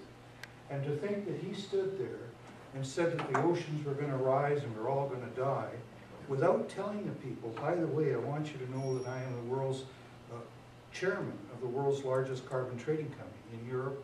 And he said, so I have a conflict of interest. Now I'm in the mining business, and if I stood up in front of an audience like this, and I told you that the gold was gonna become really scarce, so you should invest in gold, and I didn't tell you that I was in the gold business, I would go to jail. I would lose my directorship, I wouldn't be allowed to trade shares. Al Gore is the biggest hoax and hypocrite in the world, in my opinion. Horrible. So I hope you can tell him about that. Yeah, well, what's even more frightening is he came within 1,500 votes of being the president of the United States. That's even more frightening. And by the way, notice who didn't support him in his run for the presidency. Bill Clinton. Why? Because Bill Clinton knew Al Gore.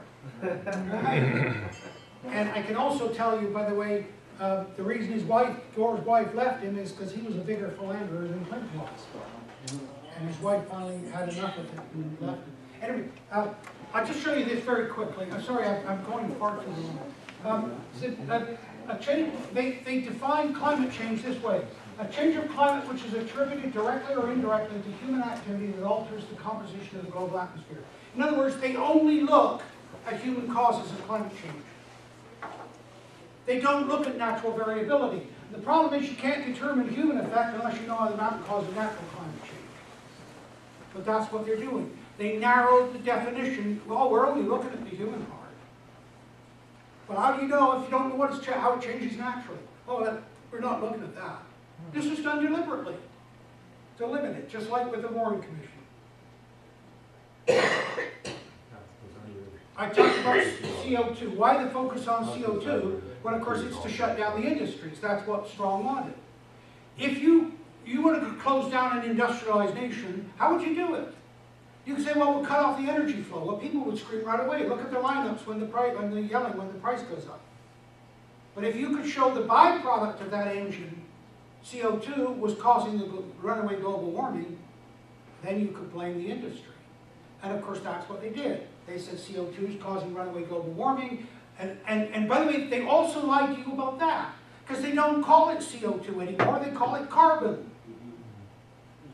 Carbon is a solid, it's an element, it's not gas. CO2 is a gas, they're completely different things.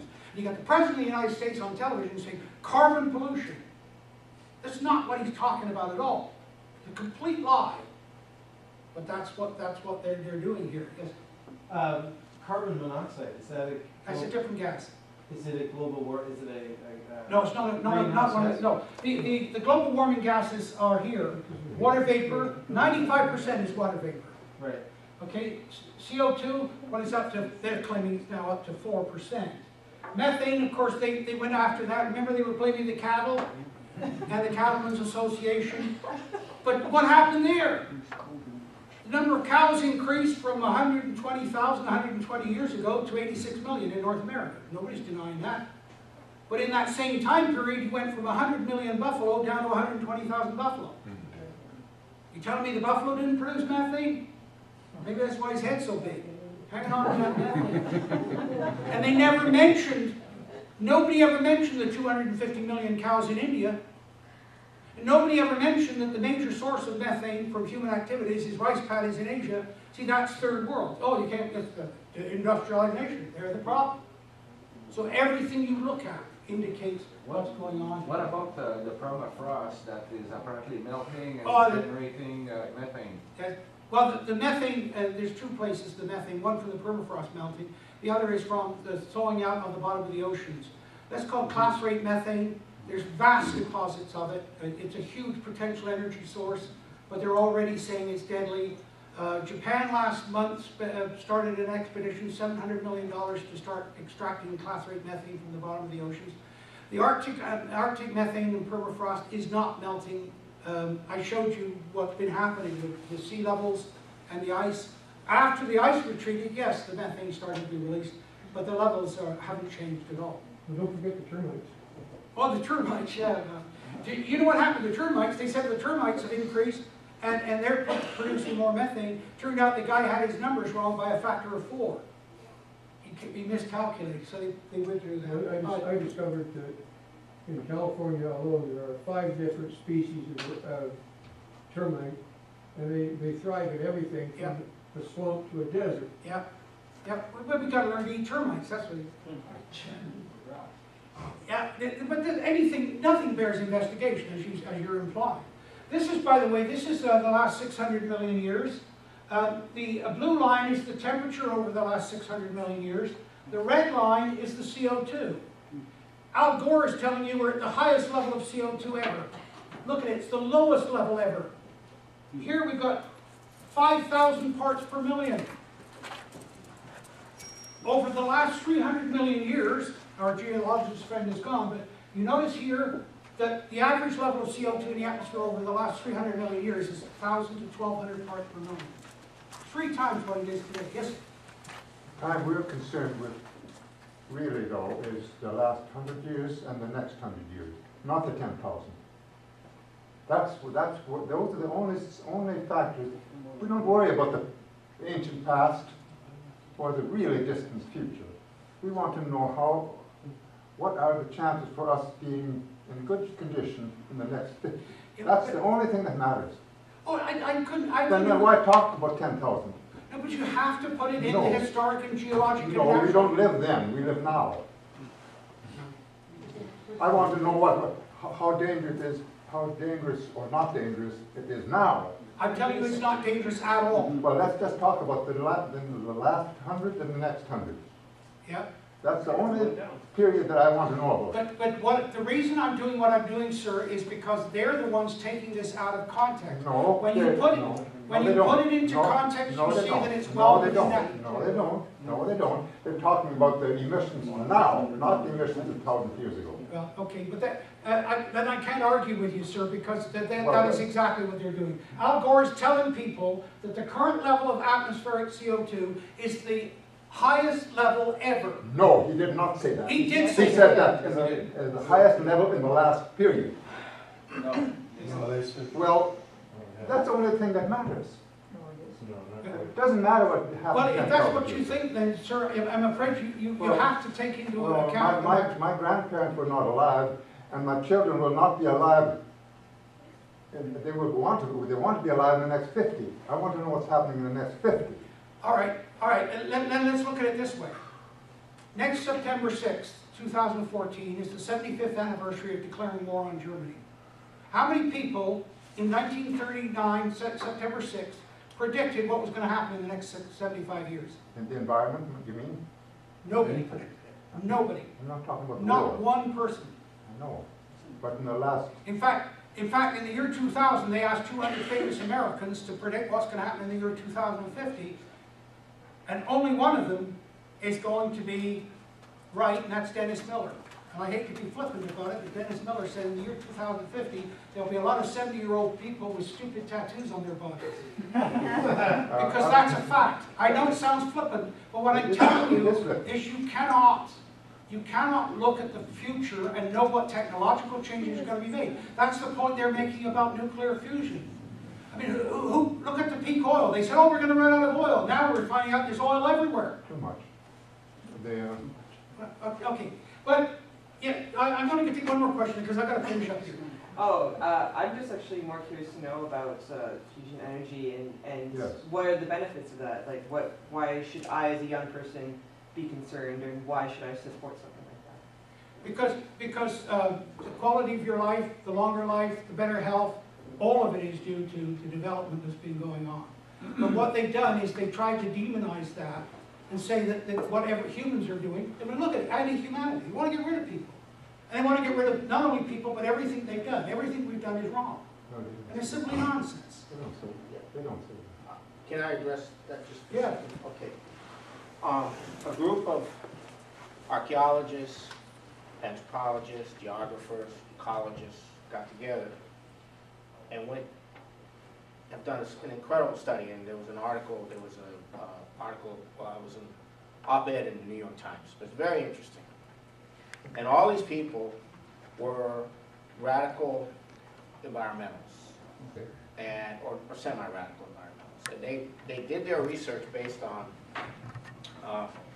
you know, this issue of man exploiting nature and so forth and so on. What the discoveries that they made were very interesting, and that is that from the most early evidence of human activity on the planet, human beings create an ecology which is from which to exist, that nature does not provide them with the means to exist. They rapidly exhaust what's available, but by creating a new ecology, a new niche, they're able to expand, and in agriculture, etc. So essentially, what they've discovered is that we, human beings, create the ecology in which we exist, and we transform the planet in which we exist.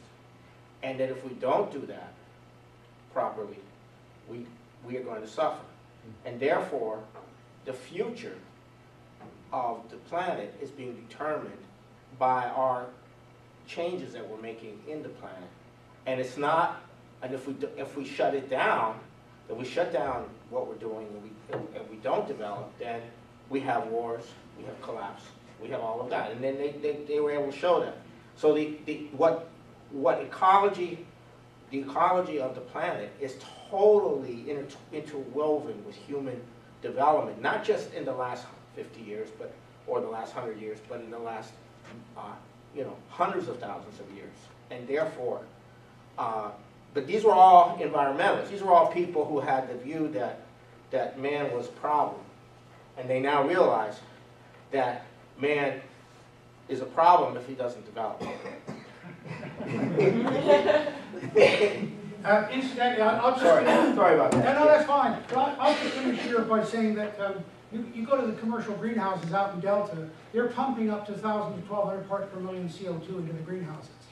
It increases the yields by a factor of 4, okay?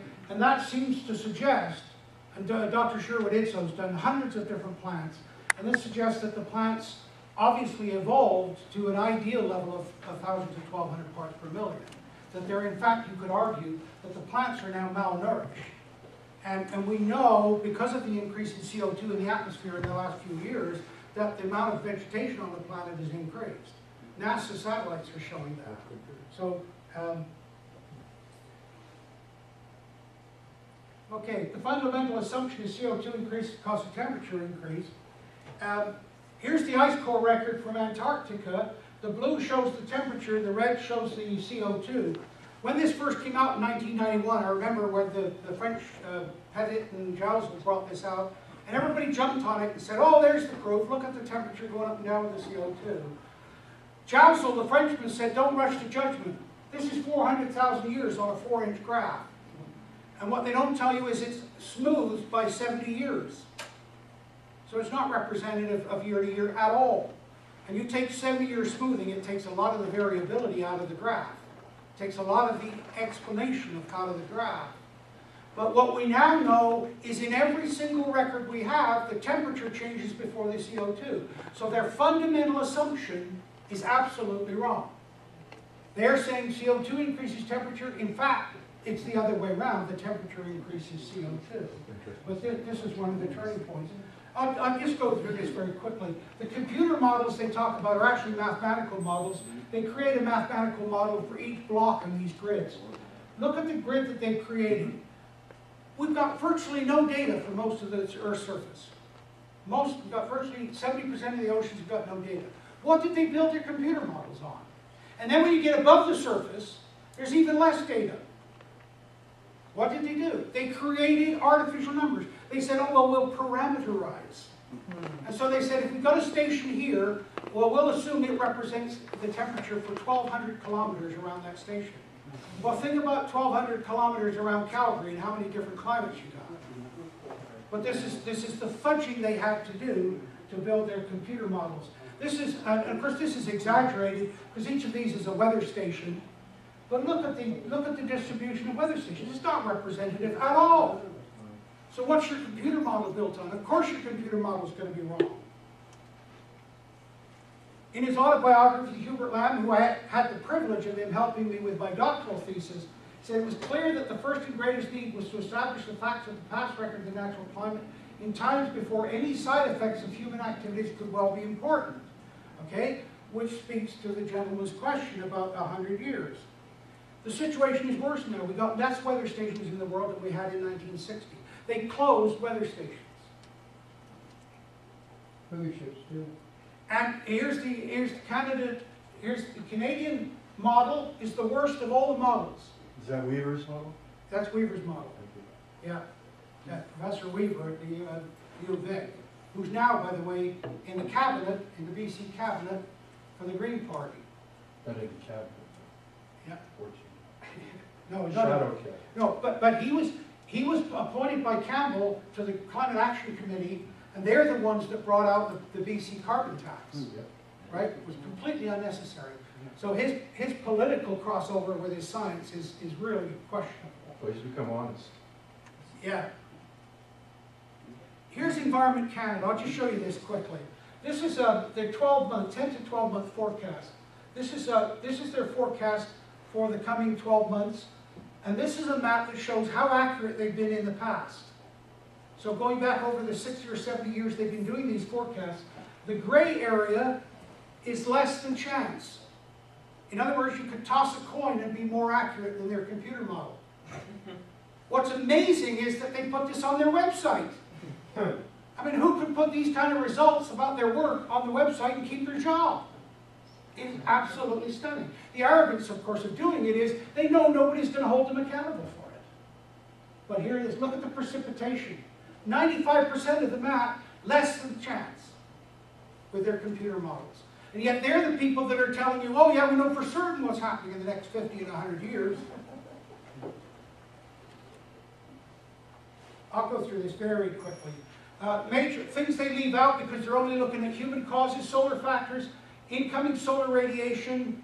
They look at that, but they say, oh, it's very minor changes. But you know what? You change solar radiation by just 6%, it explains all the temperature in the history of the world. So even a fractional change in the solar energy output will change the temperature very dramatically. They had an eclipse today. You have a full eclipse and see how much the temperature drops in the full eclipse region. 7 or 8 degrees Celsius, simply because you've shut off the sun for a few minutes. And then they're telling you the sun is not an important factor. Sun-Earth relationships. How many know of the Milankovitch effect? Nobody ever heard of it. Well, let's go straight to that. You go to look at the textbooks, and most of them are still this way. They tell the kids that the orbit of the Earth around the sun is an ellipse. And it doesn't change. But the fact is the elliptical orbit of the Earth changes all the time, every single year. It goes from almost circular as it is now to extreme ellipse as it was 20,000 years ago. Why? Because of the gravitational pull of the planet Jupiter. In other words, every single year the orbit of the Earth around the sun is different. That changes the climate. The tilt, they tell you it's 23.5 degrees. It isn't. It's 23 degrees, 36 minutes and 45 seconds, but 23.5 is close enough for government work. Yeah. And then they don't tell you that the tilt changes from 21.8 to 24.4 over time. It's how does that changes the climate. And you know what? None of this is included in their computer models. And when Mr. Weaver, I was on a radio program and said they don't put it in their models, he said, no, we don't put it in because it's too long a time change. Well, if you're making a forecast for 50 and 100 years, this becomes a factor. And it certainly cancels out any positive effect that humans are having. But it's not in their computer models. And here you can see the calculations of how it changes solar energy over time. So, and the same thing, by the way, is with this precession of the equinox. The date on which Midsummer's Day and Midwinter's Day changes. You want proof of that? We have to keep correcting our calendars because they get so out of phase with what the sun and earth are doing. Right? 1752, the government added 11 days to the calendar. People were furious. They figured the government shortened their lives by 11 days. I was teaching at Stony Mountain Penitentiary, and one of the guys said, I know one group that weren't upset. It's all a matter of your position. Yeah, it's brought in calendar again. Yes, yes. So, and of course, because, you see, we're taught that change is gradual over long periods of time. That's called uniformitarianism. That's the Darwinian view of the world.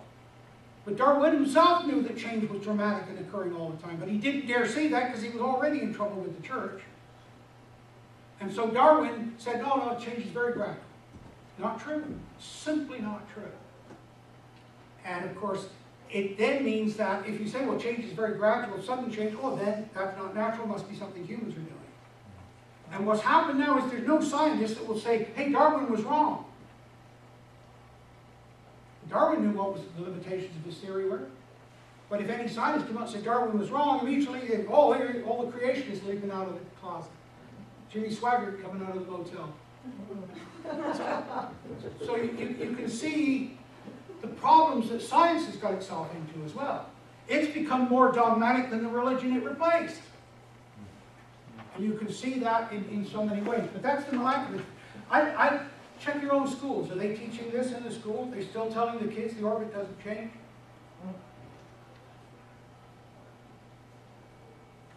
Here's the data, by the way. The length of record. We've got less than 1,000 stations that are over 100 years old.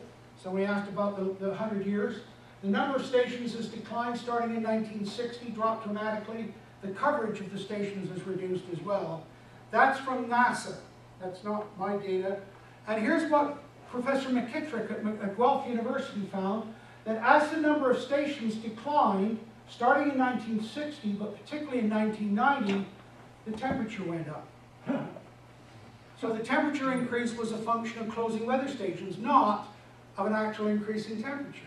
Is that because most of them are in cities or near cities? It's partly because they're in cities, but also the stations they chose for their record. They deliberately selected them. And in China, we had cities getting bigger during this whole period. Yeah, the heat from the arc, and the Chinese have published results on that. I worked with the Chinese on that. Incidentally, and here's the weather stations that they chose for Canada, the ones with the diamonds. They only use, I think, 13 stations to estimate the temperature of Canada on a monthly and annual basis. And look at this. Here's Eureka. That covers the whole of the Arctic. One station for the whole of the Arctic.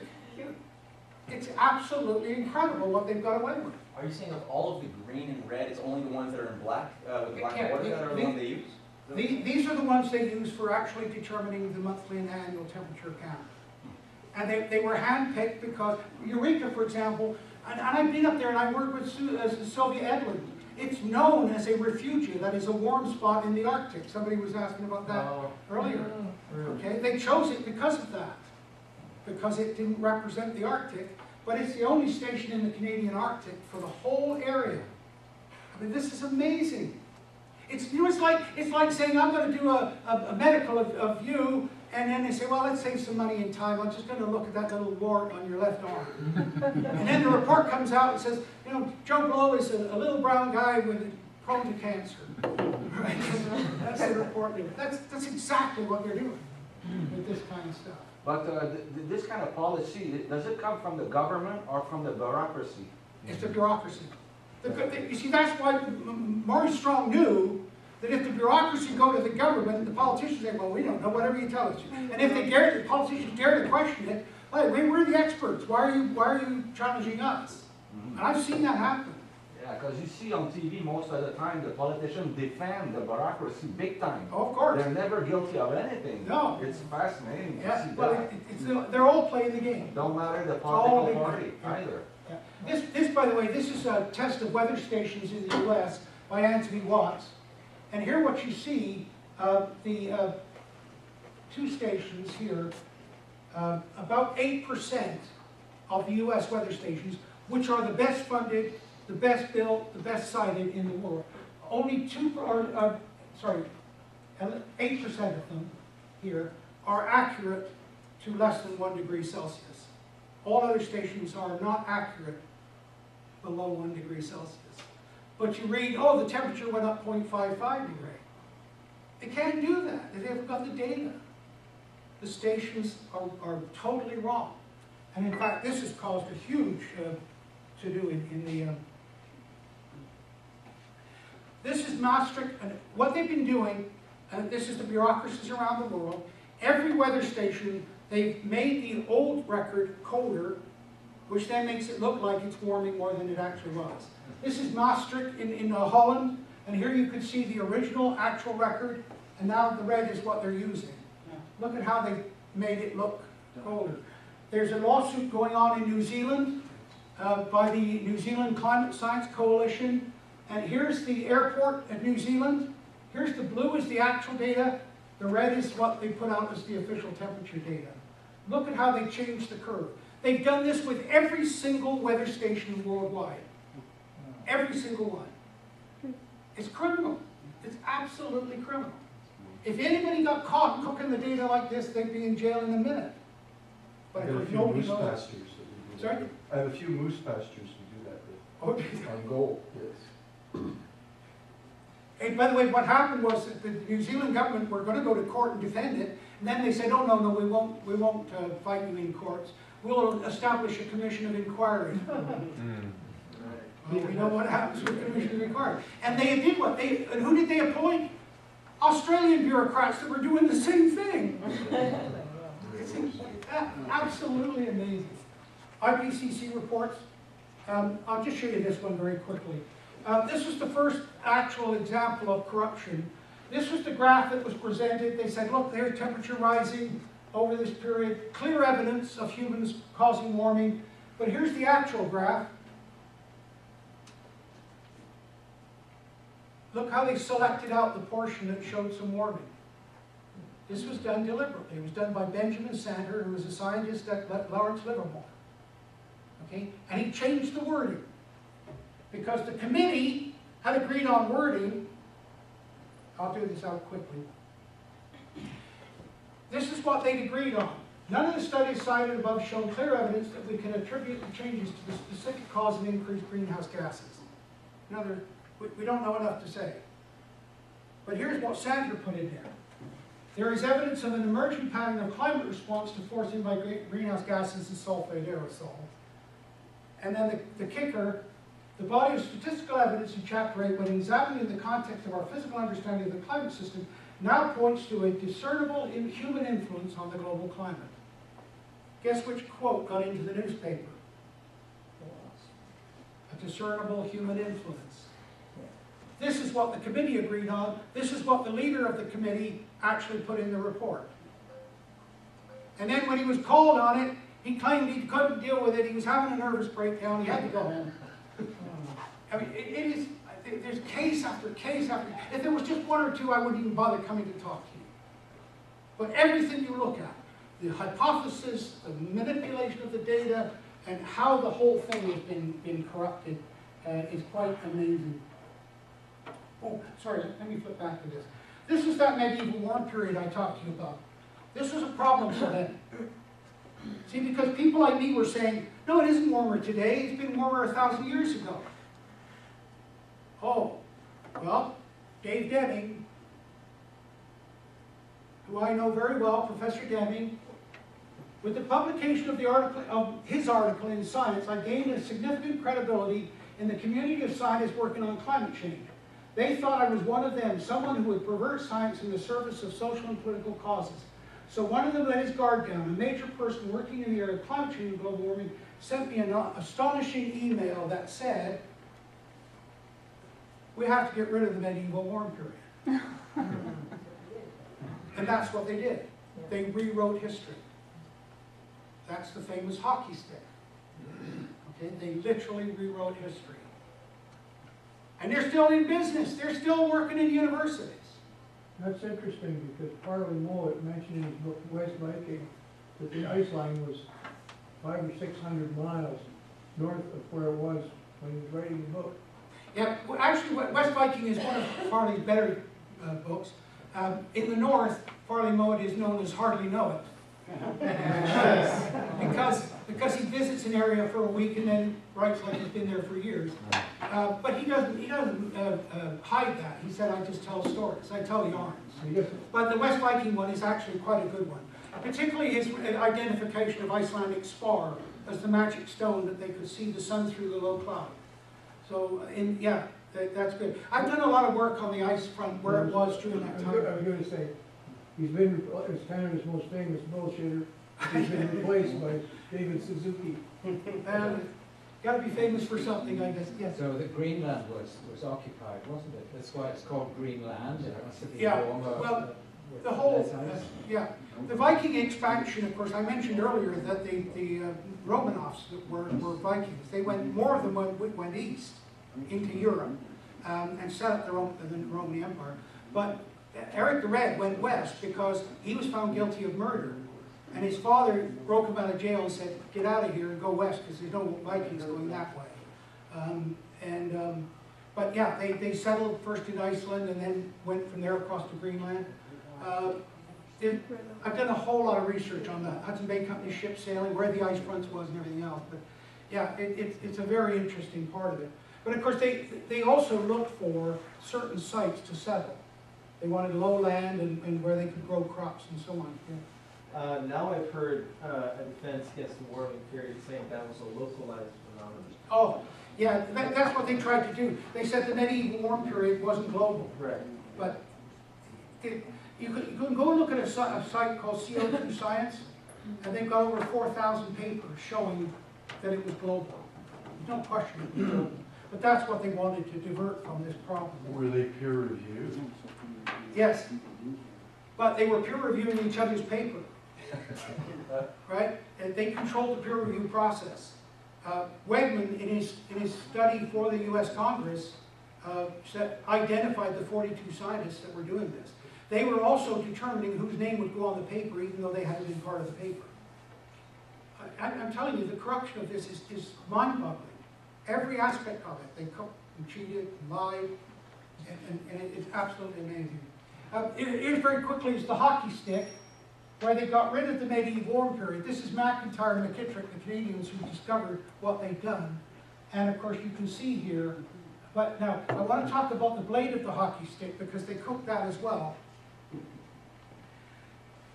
Phil Jones, who was the director of the Climatic Research Unit, where all this skullduggery was going on, he claimed the global average surface temperature increased by 0.6, plus or minus 0.2 since the late 19th century. Any of you know anything about science? Look at that. What's plus or minus 0.2 mean? 50% margin of error. It means it's meaningless, right? It's a 33% error factor. And yet that was in the official IPCC report.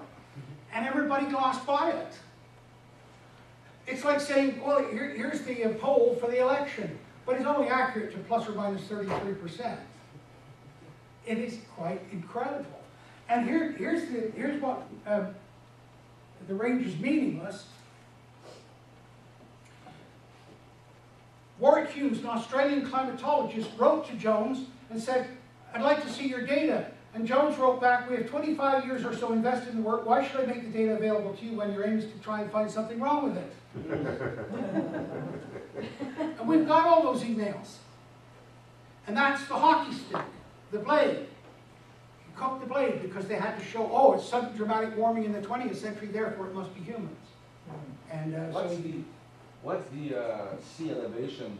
You know, if you compare the sea level from like, let's say 200 years ago to today, is there sea level has increased slightly since 200 years ago because of coming out of the Little Ice Age, the warming that's been going on for 200 years, but it's not really. The reality is sea level isn't level. Is that a better indicator, though, if it goes up, that there's a warming? No. Because of the ice, obviously. We'll get into all the details of this, but if you're standing on a shoreline and the water seems to be rising, it could be because the water's rising or the land is sinking. Okay, if you go down to the Gulf of Mexico, and Suzuki did this. He said, oh look, here's the water's much higher here now than it was 50 years ago. In fact, the land is sinking. Because North America, when it had the ice sheet up here, was like this. Now the ice is melted, it's doing this. Okay? It's called isostatic rebound. But when you're standing on a shore, you don't know whether it's the sea level that's changing or the land level that's changing. You can't sort those out.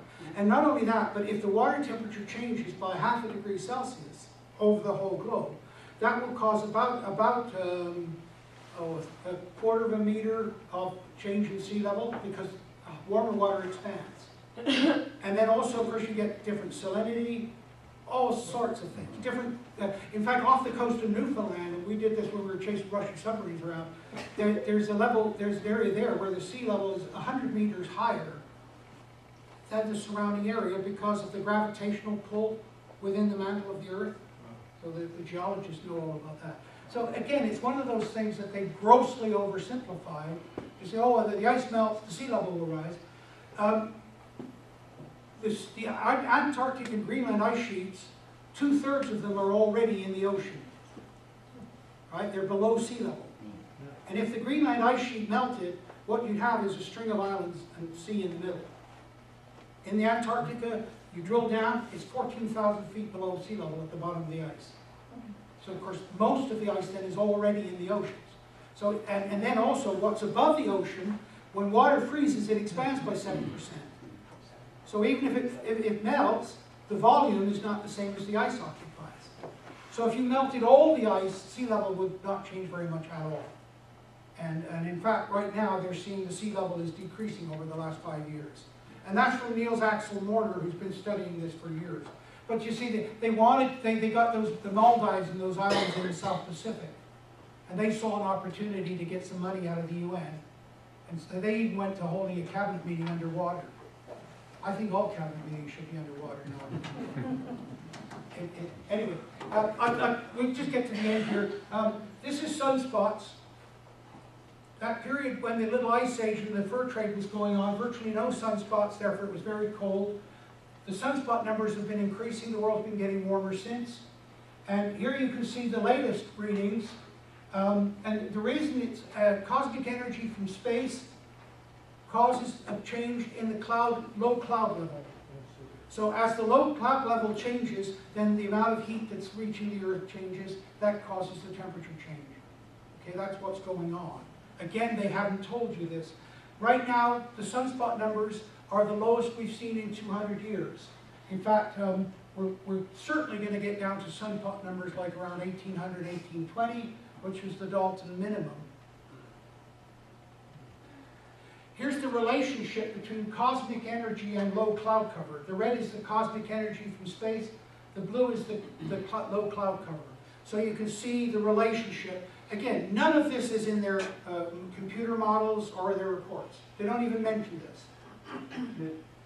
The graph, percentage, what, of surface area covered? Is that what the... Yes, this is the total surface area covered, exactly. It's like putting up a screen in the greenhouse. Here, as I said, we've gone out of cycle 23, we're into cycle 24. And you notice, as I said, this is as low as the Dalton minimum.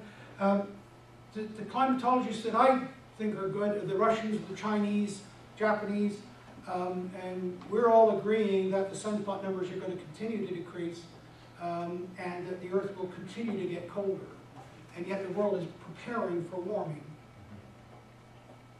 I mentioned, we're likely to get to this. This is, I mentioned about the frost on the Thames in 1683. This is a painting by Jan Griffier where you've got a meter of ice. Here's St. Paul's Cathedral, Westminster Abbey here. Queen Elizabeth and her court skated on the Thames quite regularly. These medieval ice fairs, the last one was 1830 because the world had warmed up enough by then the ice didn't form. Some waggers said that the ice doesn't form anymore because they built the Houses of Parliament here and the hot air from the politicians.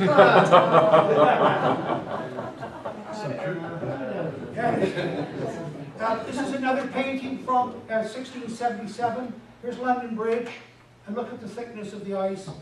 We're certainly heading back to that kind of condition in the next 15 or 20 years.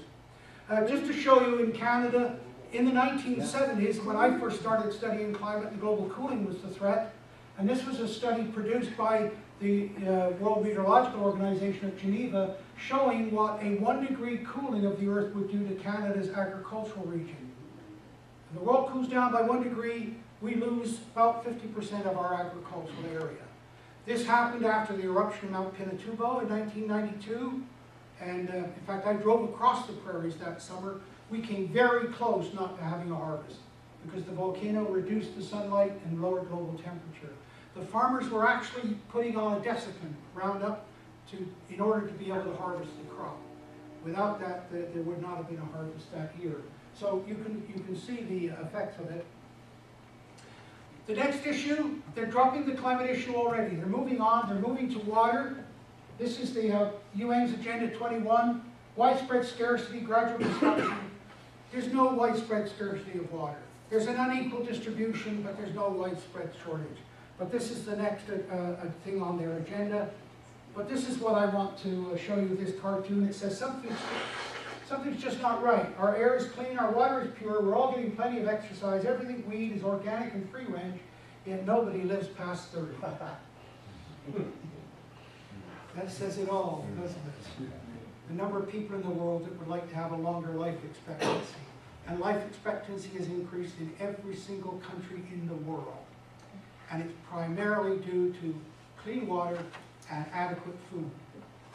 And I'll finish up by saying, in the past, when we got rid of governments, it's because of failure of the food supply. We're in danger of that.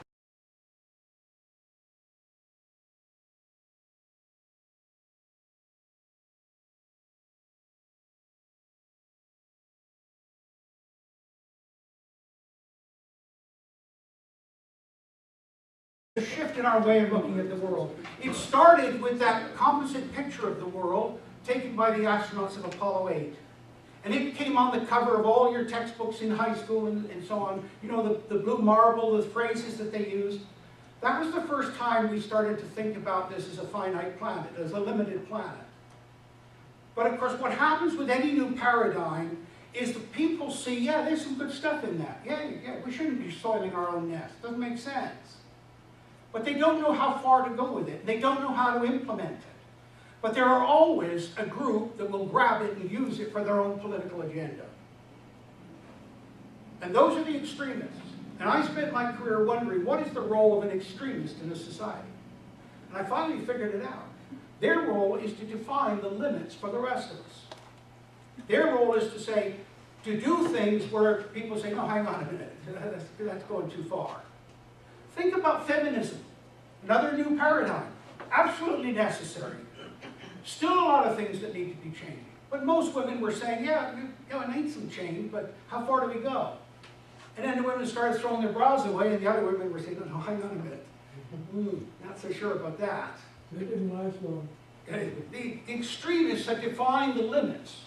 There's still a lot of changes. And in fact, there was such a reaction that people backed off on the feminism. There's still some things that need to be changed. Well, the same is happening with environmentalism. People said, yeah, hey, good stuff. But then when you start to see the exploitation of it, people like David Suzuki, and the hypocrisy of, oh, you live the way I tell you, but don't tell me how to live. In my $12 million worth of 5 homes and all the rest of it. That's the thing, of course, that gets. And by the way, I can tell you, I took seniors on tours of Europe, and we went to Pompeii, and there's graffiti in Pompeii, wonderful to read the graffiti. And there was an election going on just prior to the eruption of the volcano. And one of the pieces of graffiti says, if we get rid of this bunch of scoundrels, we just get another bunch of scoundrels. Right? People understand that. But the two things, and this is from my own extensive research, the two things that trigger the people to rise up against the leaders, one is a failure of the food supply. And the second is when the leader believes that they are the only ones that have the right to rule. It's called the divine right of kings. And then the people will rise up and say, Edward Heath, when he was Prime Minister of England, was on television, and somebody in the audience said, Mr. Heath, with all of the changes and all the parliamentary democracy that's gone on, is it true that still 10% of the population control 90% of the wealth? And he said, yeah, it's true. And all the audience nodded. And then Heath made the mistake when he said, and that's the way it should be. The phone melted off the wall. His own party made him go on television the next day and apologize for what he'd said. Okay? People know that, but don't ever think that you have absolute power and absolute rule. And so the paradigm shift of environmentalism, of course, got grabbed by these extreme environmentalists, particularly through people at the Club of Rome. We'll talk about that. Now, this is an ad that's going on in Britain right now. When you look at those countries that adopted the green agenda, the green economies and so on, it's been a disaster. It's been a total failure. And one of the things that's really frustrating for people that they don't understand is that all the things are being promoted, particularly by Obama, for example. And I listened to Václav Klaus, the Czech Republic leader, now retired, in New York about 5 years ago, and he said, we've gone through 70 years of communism. Why the hell would you want to go back to that? Haven't a clue. Haven't a clue. But it's the average of the weather. And one of the things, by the way, they'll tell you that their climate forecasts are different than their weather forecasts. They're not. The weather forecasts are wrong, therefore the climate, which is a function of the weather, is going to be wrong too. But they don't tell you that. Right? Most people don't know the difference between a climatologist and a meteorologist. Meteorologist studies physics of the atmosphere. A climatologist studies the pattern of weather and how it changes over time. That's what I've been looking at. How much the weather changes over time, and that's what we need to look at. Here's a simple diagram of the weather. It's this, all you systems engineers would appreciate this. And here you can see the solar radiation coming in, temperature, outgoing radiation, mixing depth from the oceans. I mean, this is such a complex system. And the question I want you to ask yourself is, in all of that, why did they pick CO2? Why did CO2 become the focus? It's such a small part of this total system, but they focused on CO2. And that's the story that you need to understand, why this became the focus. CO2 is the only second in the list of greenhouse gases.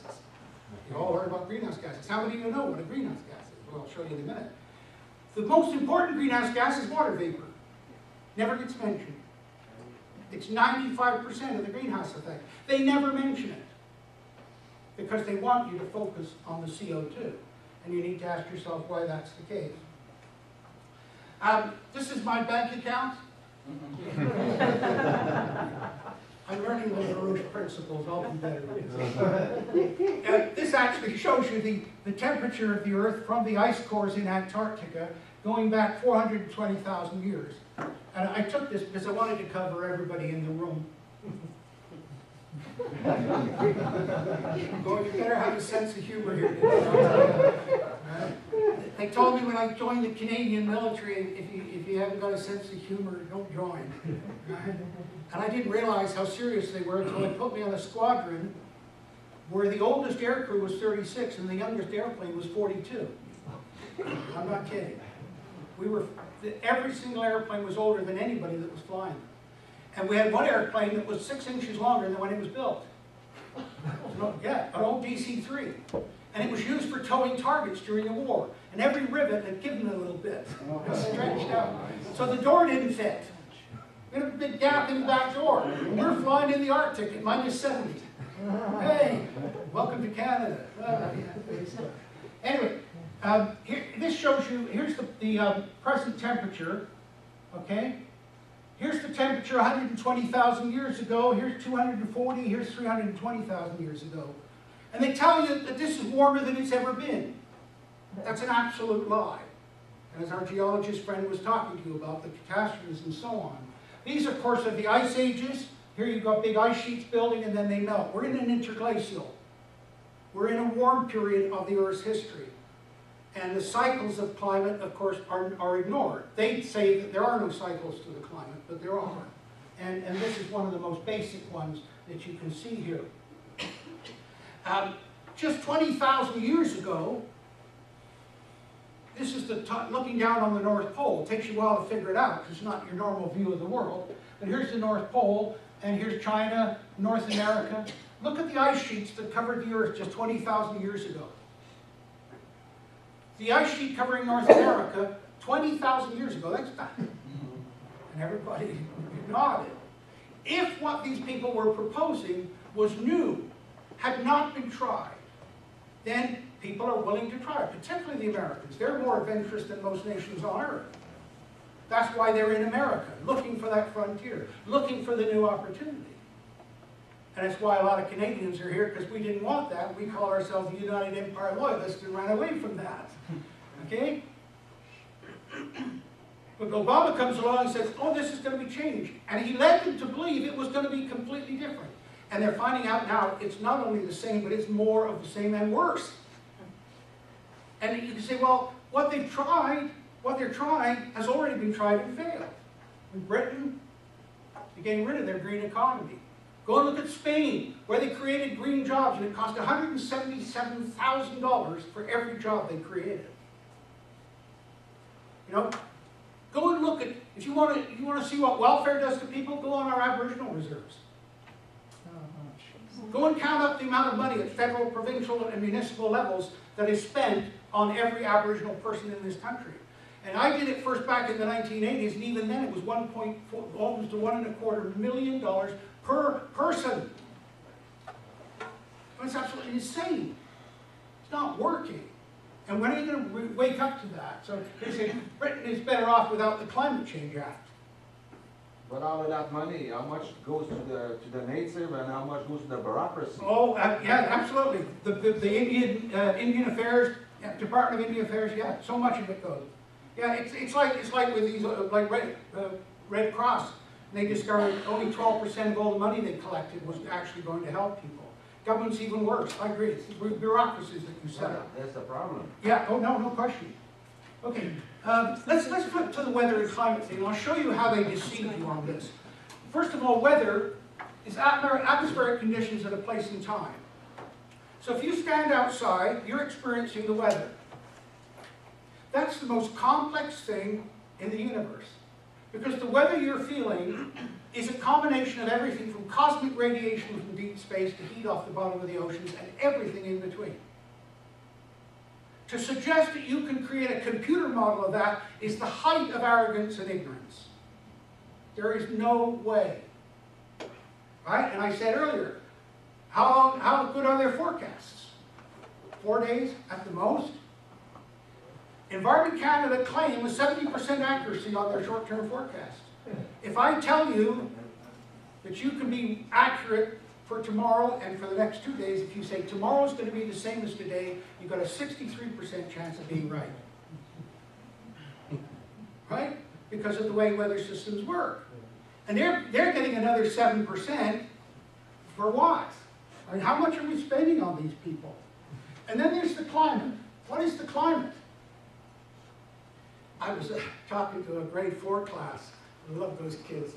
And the teacher introduced me as a climatologist. Right? And of course, the grade 4s, the questions, they're right on their feet with their questions, and the questions are right here. Right? There's no messing around. And the kid jumped up, and I said, "You got a question?" He said, "Yeah." He said, "How many mountains have you climbed anyway?" What else would a climatologist know? I love that. That should be Reader's Digest in your bathroom. Climate is the average of the weather over time or the location. You're familiar with this. I said, what's the climate of Britain? Wet. What's the climate of Poland? That's yesterday in the Earth's history. Not even yesterday, 2 seconds ago. The ice sheet covering North America 20,000 years ago was larger than the current Antarctic ice sheet. And they're trying to tell you that climate change is more rapid now than it's ever been. It's so wrong. It's just unbelievable. But these are the lies that they're telling you. And by the way, look at the ice sheet in Eurasia and the Greenland ice sheet and so on. They're telling you about sea level. Well, let's get to that. Here's the North American ice sheet. You had one over the Rocky Mountains and the Laurentide ice sheet here. That's just 20,000 years ago. All of that ice melted in less than 5,000 years. And there's nobody on this planet that can tell you where the heat energy came from to melt that ice that quickly. And I got to tell you, it wasn't Barney Rubble in his car. Okay? That's for sure. For sure. But where did all the water come to form that ice? The answer is it came out of the oceans. 20,000 years ago, the sea level was over 400 feet lower than it is today. But they're telling them, oh, the sea level's going to rise. The end of the world. Run for the hills. Send Al Gore money. Right? So when you start to look at how this lowered the sea level, you wouldn't need the BC ferries. You can walk to the Queen Charlotte's. What a great day. Oh, sorry. There we go. This is the sea level change over the last 20,000 years. Here's sea level as it was 20,000 years ago, here it is today. But Al Gore in his movie had all the land flooding and going halfway up the Statue of Liberty. So why did he do that? The answer is because if you say to people, what's wrong with global warming? They can't answer you. They can't tell you. Because they've been fed only one side of the story. Remember what I said at the beginning about bias? Right? When every single study they've done has been a cost-benefit without the benefit. Deliberately, cost only.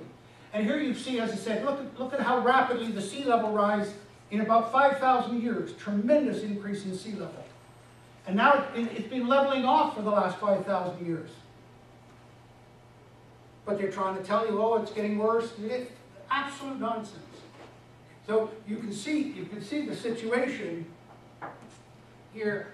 This is temperature over the last 10,000 years. And this is from a Greenland ice sheet. And here you can see the present temperature. Look at the last 10,000 years. It's been warmer for most of the last 10,000 years than it is today. But what are they telling you? They're saying, oh, it's warmer than it's ever been. I love that when they get out, they say, ever. We phone up and you say, what do you mean ever? No, they never say.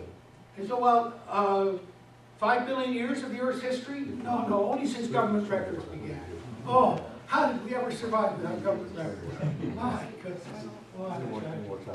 But here's the present warming. Notice we're coming out of a little ice age, a cold period, and here's how warm it was. But there's not only evidence of that, but see this arrow here? This is a tree trunk, a white spruce. It's 100 kilometers north of the current tree line. It's radiocarbon dated at 5,000 years old. For that tree to be growing that far north, the world will have to be 4 to 5 degrees Celsius warmer than it is at present. But they're telling you a 2-degree warming is going to be the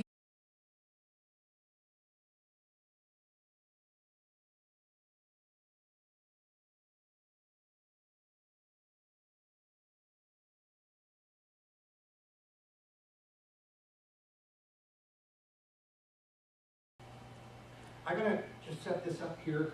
But what's to do about that if everything you read, how can you make conclusions? Or how can your conclusions be right? Well, of course, that's the problem. People say to me, well, why should we believe you? And all I'm saying is, look at as many of the facts as you can. I'm going to tell you, I'm going to give you a biased presentation today. And I'll tell you that a bias is only a problem if you're not aware of it. Right? If you know something's biased, then you can find the opposite and draw your own conclusions. I'm going to give you a bias because I'm going to argue all you've heard up to now is a bias. You've only heard one side of the story. And I'm going to show you things that they're deliberately not telling you. You put it together. I didn't say good afternoon, I said afternoon. Make up your own mind. Right? Everybody's telling you what to think, how you should think, what you should see. Here we go.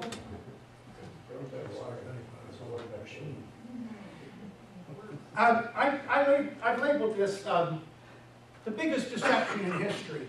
And it really is. There have been massive deceptions in the past. The South Sea bubble, there's been all sorts of scams throughout history. But this is the greatest. And I say that without hyperbole. And the reason I say it is because this is the first deception that has affected everybody on the planet. Everybody. The price of energy, and all of the arguments in green and all of these other economies, and you can look at the impact. Again, I'll mention another book. I mentioned a bit earlier, but Paul Dreesen's book, Eco-Imperialism, where the West took its ecological values and imposed them on developing nations. Okay? And so it's a very, very good idea. The classic one, of course, you now know about was Rachel Carson's book, Silent Spring, and they said, oh, the DDT's killing the birds, the eggshells are thin. There was never, ever any science to prove that. It was totally made up. But what happened? They banned DDT, and how many millions of people have died of malaria in Africa because they were not allowed to use DDT? It got to the point recently where 17 African leaders said, to heck with your ban, we've got to stop the malaria. And so you see the line that goes on, and as I say, this is the greatest deception. What's going on here, and this is another part that you need to understand about things, this is a paradigm shift. Environmentalism was a change, the way of thinking that was necessary. There are a lot of very good things about environmentalism. But notice what happened. A few people grabbed this for their own political agenda. And you can see them on television. There they are. Environmentalists. Well, where did they get that qualification? Right? It's like, oh, so I used to tell my colleagues, and somebody used the phrase here earlier, they say, well, it's purely academic. You know what that means? It means it's irrelevant to the real world. And the academics need to think about that. And by the way, I challenge anybody in this room to find me a university or a college anywhere in the world that offers even a half credit in common sense. What do we call it? Sorry? I said, why do we call it that? It's not common. Well, it's not common, exactly. Yeah. And by the way, I used to make my colleagues even madder because I said if a university offered one, they'd have to bring someone from outside to teach it. That's the reality. But an environmentalism is